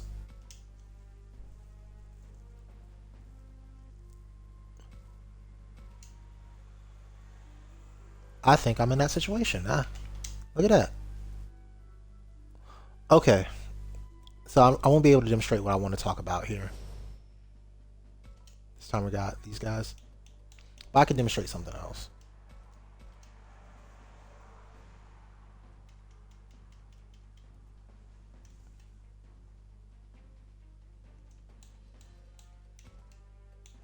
So remember how the first time I got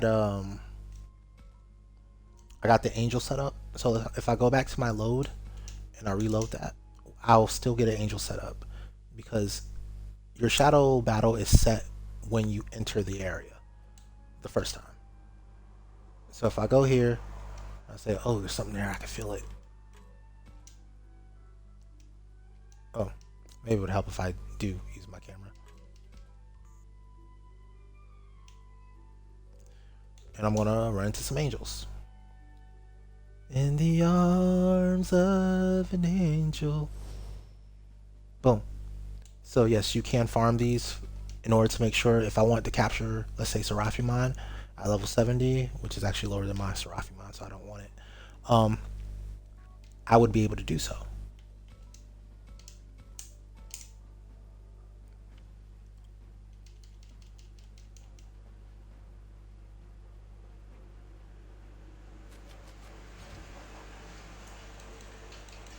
All right, so let's go back. And also, let's see if there's any chance that I'll see it here. No. So what can happen, what usually happens, this is just a very special setup in this particular chapter.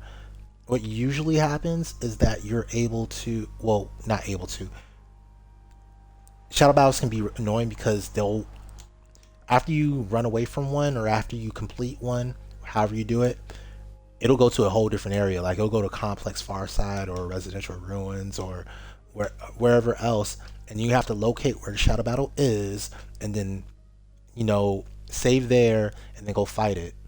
Um, and also remember that it only randomizes on completion of the previous battle, which means you have to save blind and then enter the battle to figure out what's in the battle. And if you didn't like what was in the battle, then you just have to exit out of that battle, save again, and then try again.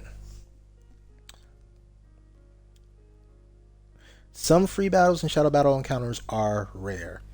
Um, like wasting an hour looking for a Leomon type rare. And don't ask me how I know. I just know. And yeah, that would be it for the non spoilery side of this.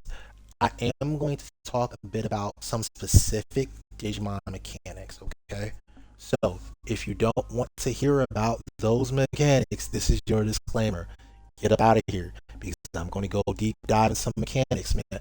Because these mechanics cannot be found anywhere. You can't Google these mechanics. You can't find them on Tor. You can't find them nowhere. I'm the only person who knows this stuff, and I'm about to tell you right now. But it's going to cost you some spoilers. So if you don't want to know these spoilers about how Gallantmon's Heretical Holy Night works or anything like that, then I suggest you depart right here and now. It's also available in my guide, by the way. All this information I'm giving you is available in my guide. I know I've just spent 2 hours talking about it, but it's all.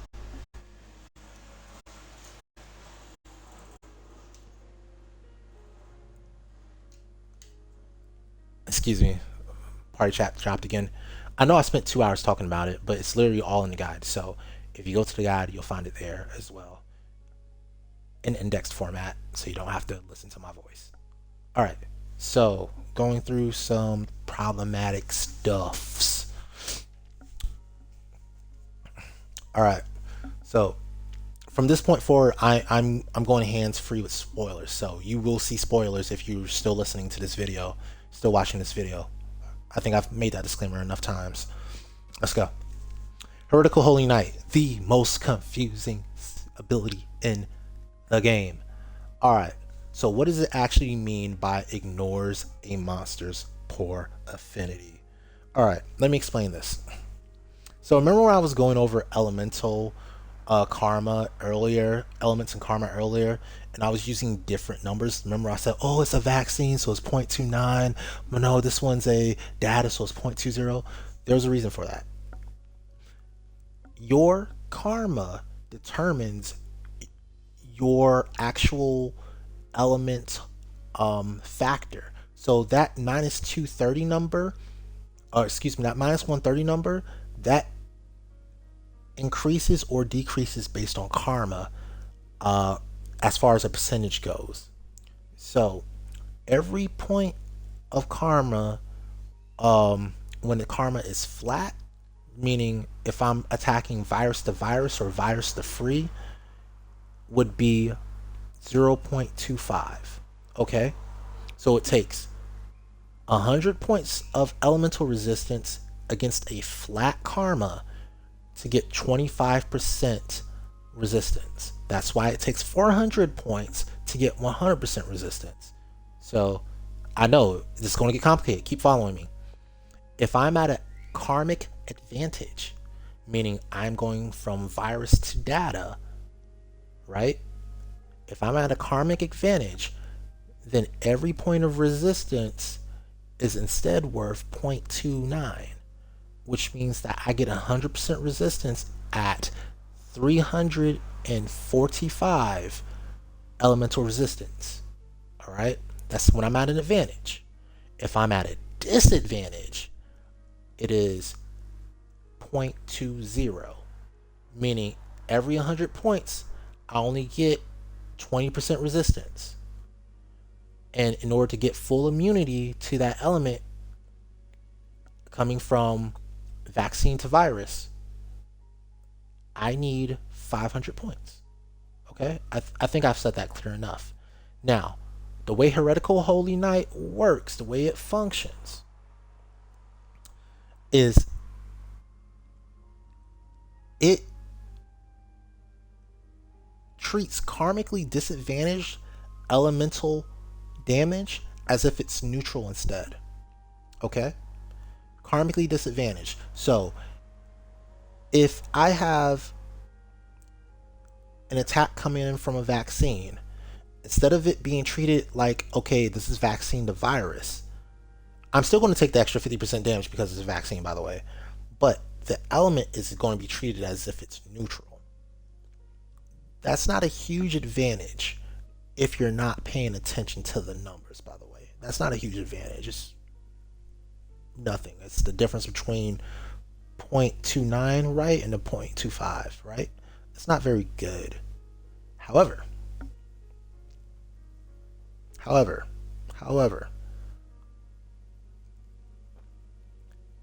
it does allow me, if I'm doing it on purpose, to increase my defenses to the point where I can achieve effective immunity to some things coming from vaccines that I would not be able to otherwise. So watch this. Nature's Bounding Crystal. Boom.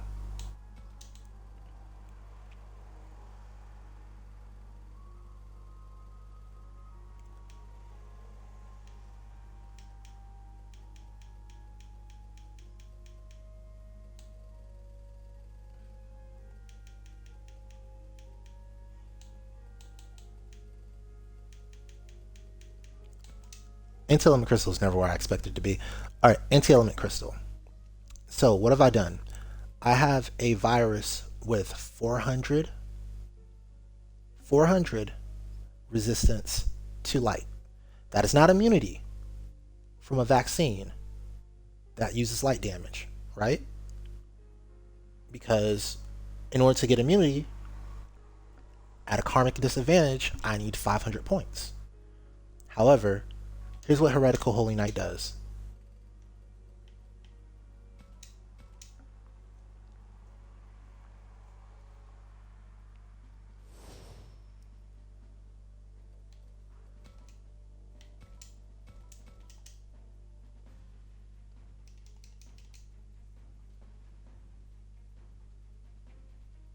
Alright. We're going to go into the line of fire real quick. 1, 2, 3. That's fine.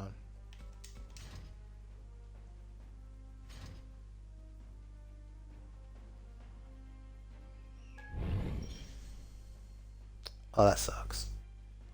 I didn't plan on dodging. All right, we'll just do it again next turn.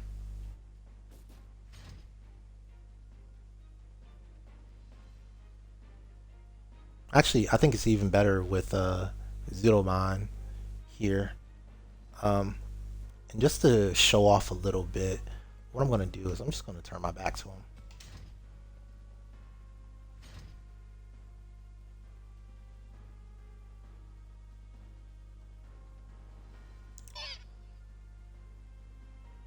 Does that thing have a water attack? I think it does have a water attack. I need to get a little bit further away from it.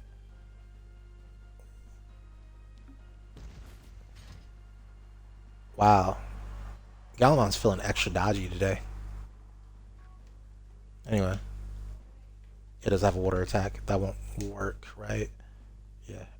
Nothing except for fire and light will work. Actually, just light, literally.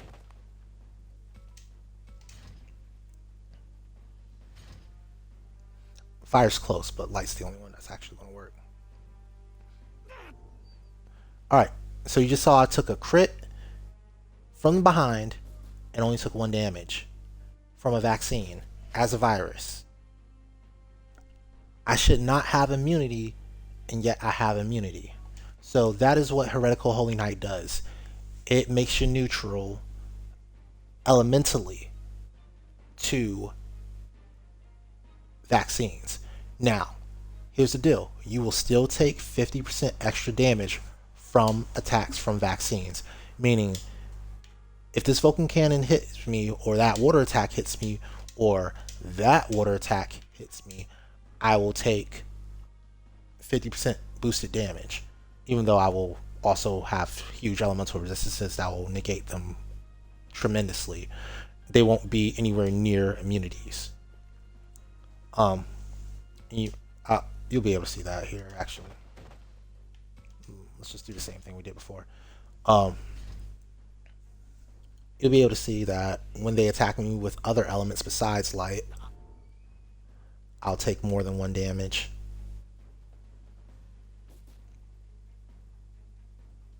If they can hit me. If they can hit me. That is a big question there. There you go, 90 damage. Um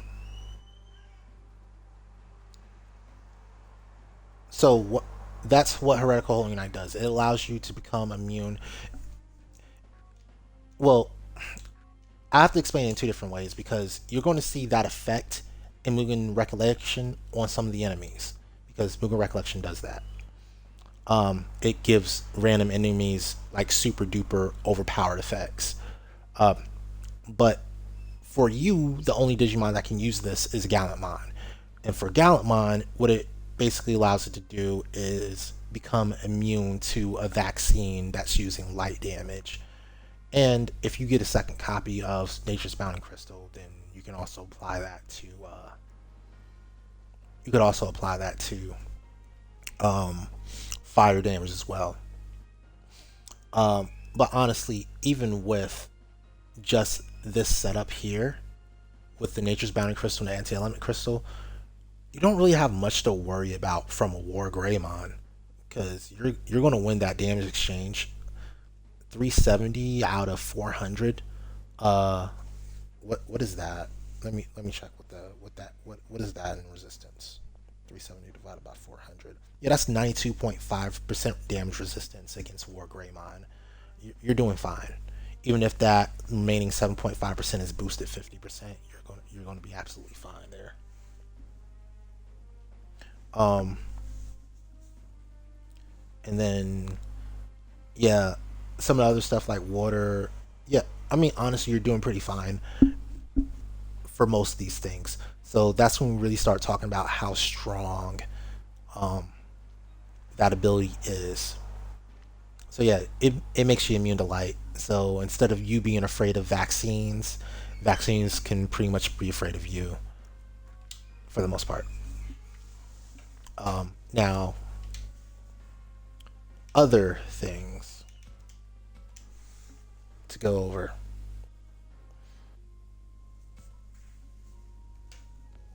Other just random things that you might not know. Sakiyamon Miko is probably the best non-partner Digimon in the game. It has a well, it doesn't have. You're able in Moral Path to get this ability called Extreme Burst. Deals non elemental damage, inflict sleep, reduce your physical defense and special defense by 2 ranks. However, Sakiyamon Miko is immune to status reductions, to stat reductions. What does that mean? That means that it could just spam Extreme Burst. And by the way, the same also applies to. Remember, spoilers are going. You don't want to be spoiled. I'm sorry. Oh, that's annoying. Hate how you have to go all the way over here to just see what they have. That also applies to Veridurmon, who also gets that ability. All right. So you can use either of those two with Extreme Burst, and you'll be happier for it.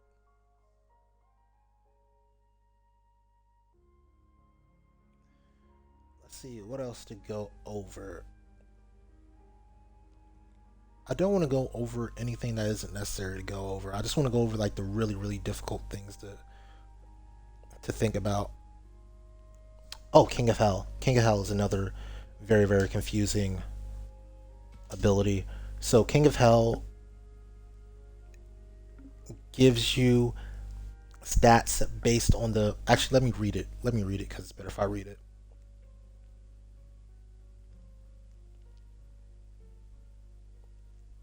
King of Hell is a strange skill. It silently buffs your stats, but doesn't give any indication of the amount, even in Plutomon status. So my result is usually on the first kill I get about 13.5% of damage after the first kill, and then after that it accelerates, so plus 28%, etc., etc. The kills that are being made must be made by Plutomon itself, so it's not based on all defeated units in a battle, it's only the ones that Plutomon itself has defeated. Chests do not count as units. However, Phasma charges, those little things that heal you, and the Phasma, oh, not Phasma heals, Phasma mends, Phasma mend. Phasma mends, those little healing things, and Phasma charges, those little things that attack you, those count as units. So you're able to kill them and get a buff. This basically makes Plutomon into the ultimate snowball effect, because once it starts going and it gets like 6 or 7 kills under its belt, it's basically unstoppable. Um, what else?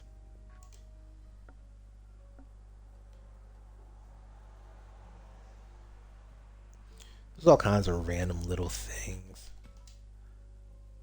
Overflowing love. So overflowing love. So it only works with your healing type skills or items. It doesn't work if you try to use it with holy light or some other type of skill that just heals you. Um, Allied units have to be within 2 steps. So a range of 3, but 2 steps away from you if it's easier to vision that way. Very small box. Slightly smaller than an X heal. It's easiest to use on if you're going to use it, then use it with your X heal. The reason is because your X heal is going to have an effective healing of 52. Whereas if you try to use Final Heal with it, not only is it going to be more expensive, but it's also going to heal the allies around you for 24. So it's not as good.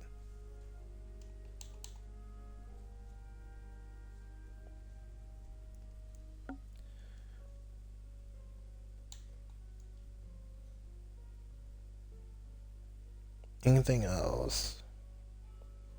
There's just all kinds of random numbers out there. Um, I think those are the big like how does this works ones. Damage dealt in taking 2 ranks. By the way, if you use a divine protection crystal on this, it cuts that number in half. So instead of taking 125% damage, you'll take 62.5% damage. So it's actually a very powerful effect overall. It's just I never really think of this thing as a tank. I think of it more as a mobile artillery unit, and the idea is to not get hit in the first place. Just stay far away because both of its attacks have pretty great range.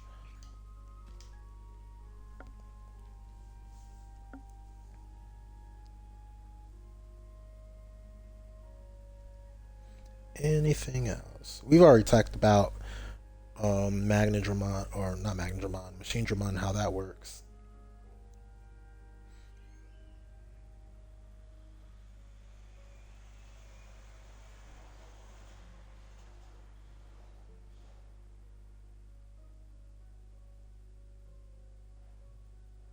I'm not seeing anything else that I need to go over.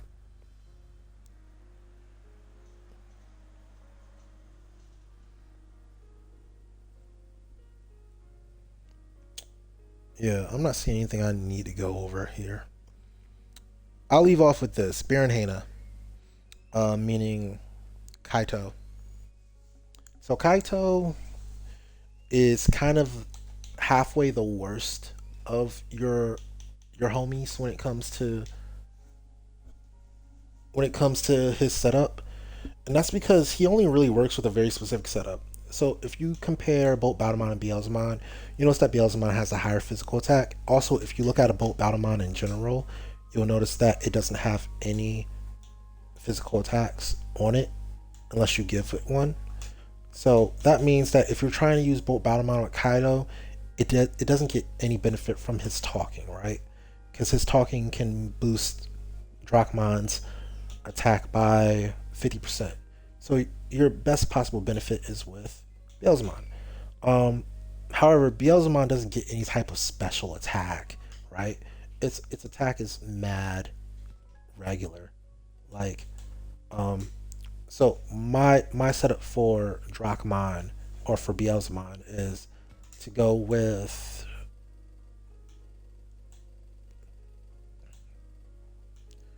Saint Knuckle D and Acceleration Charge Plus. And the Excel Charge Plus is basically to allow it to get very, very close to an enemy because Kaito has maxed out battle backup as far as team up attacks go. So if you're right next to an enemy, he's probably going to hit that enemy. I don't know if Baron Hannah activates when you do that. I wish I did. I wish I tested that a little bit more. That's something for me to test actually. If Baron Hannah activates off a team up attack.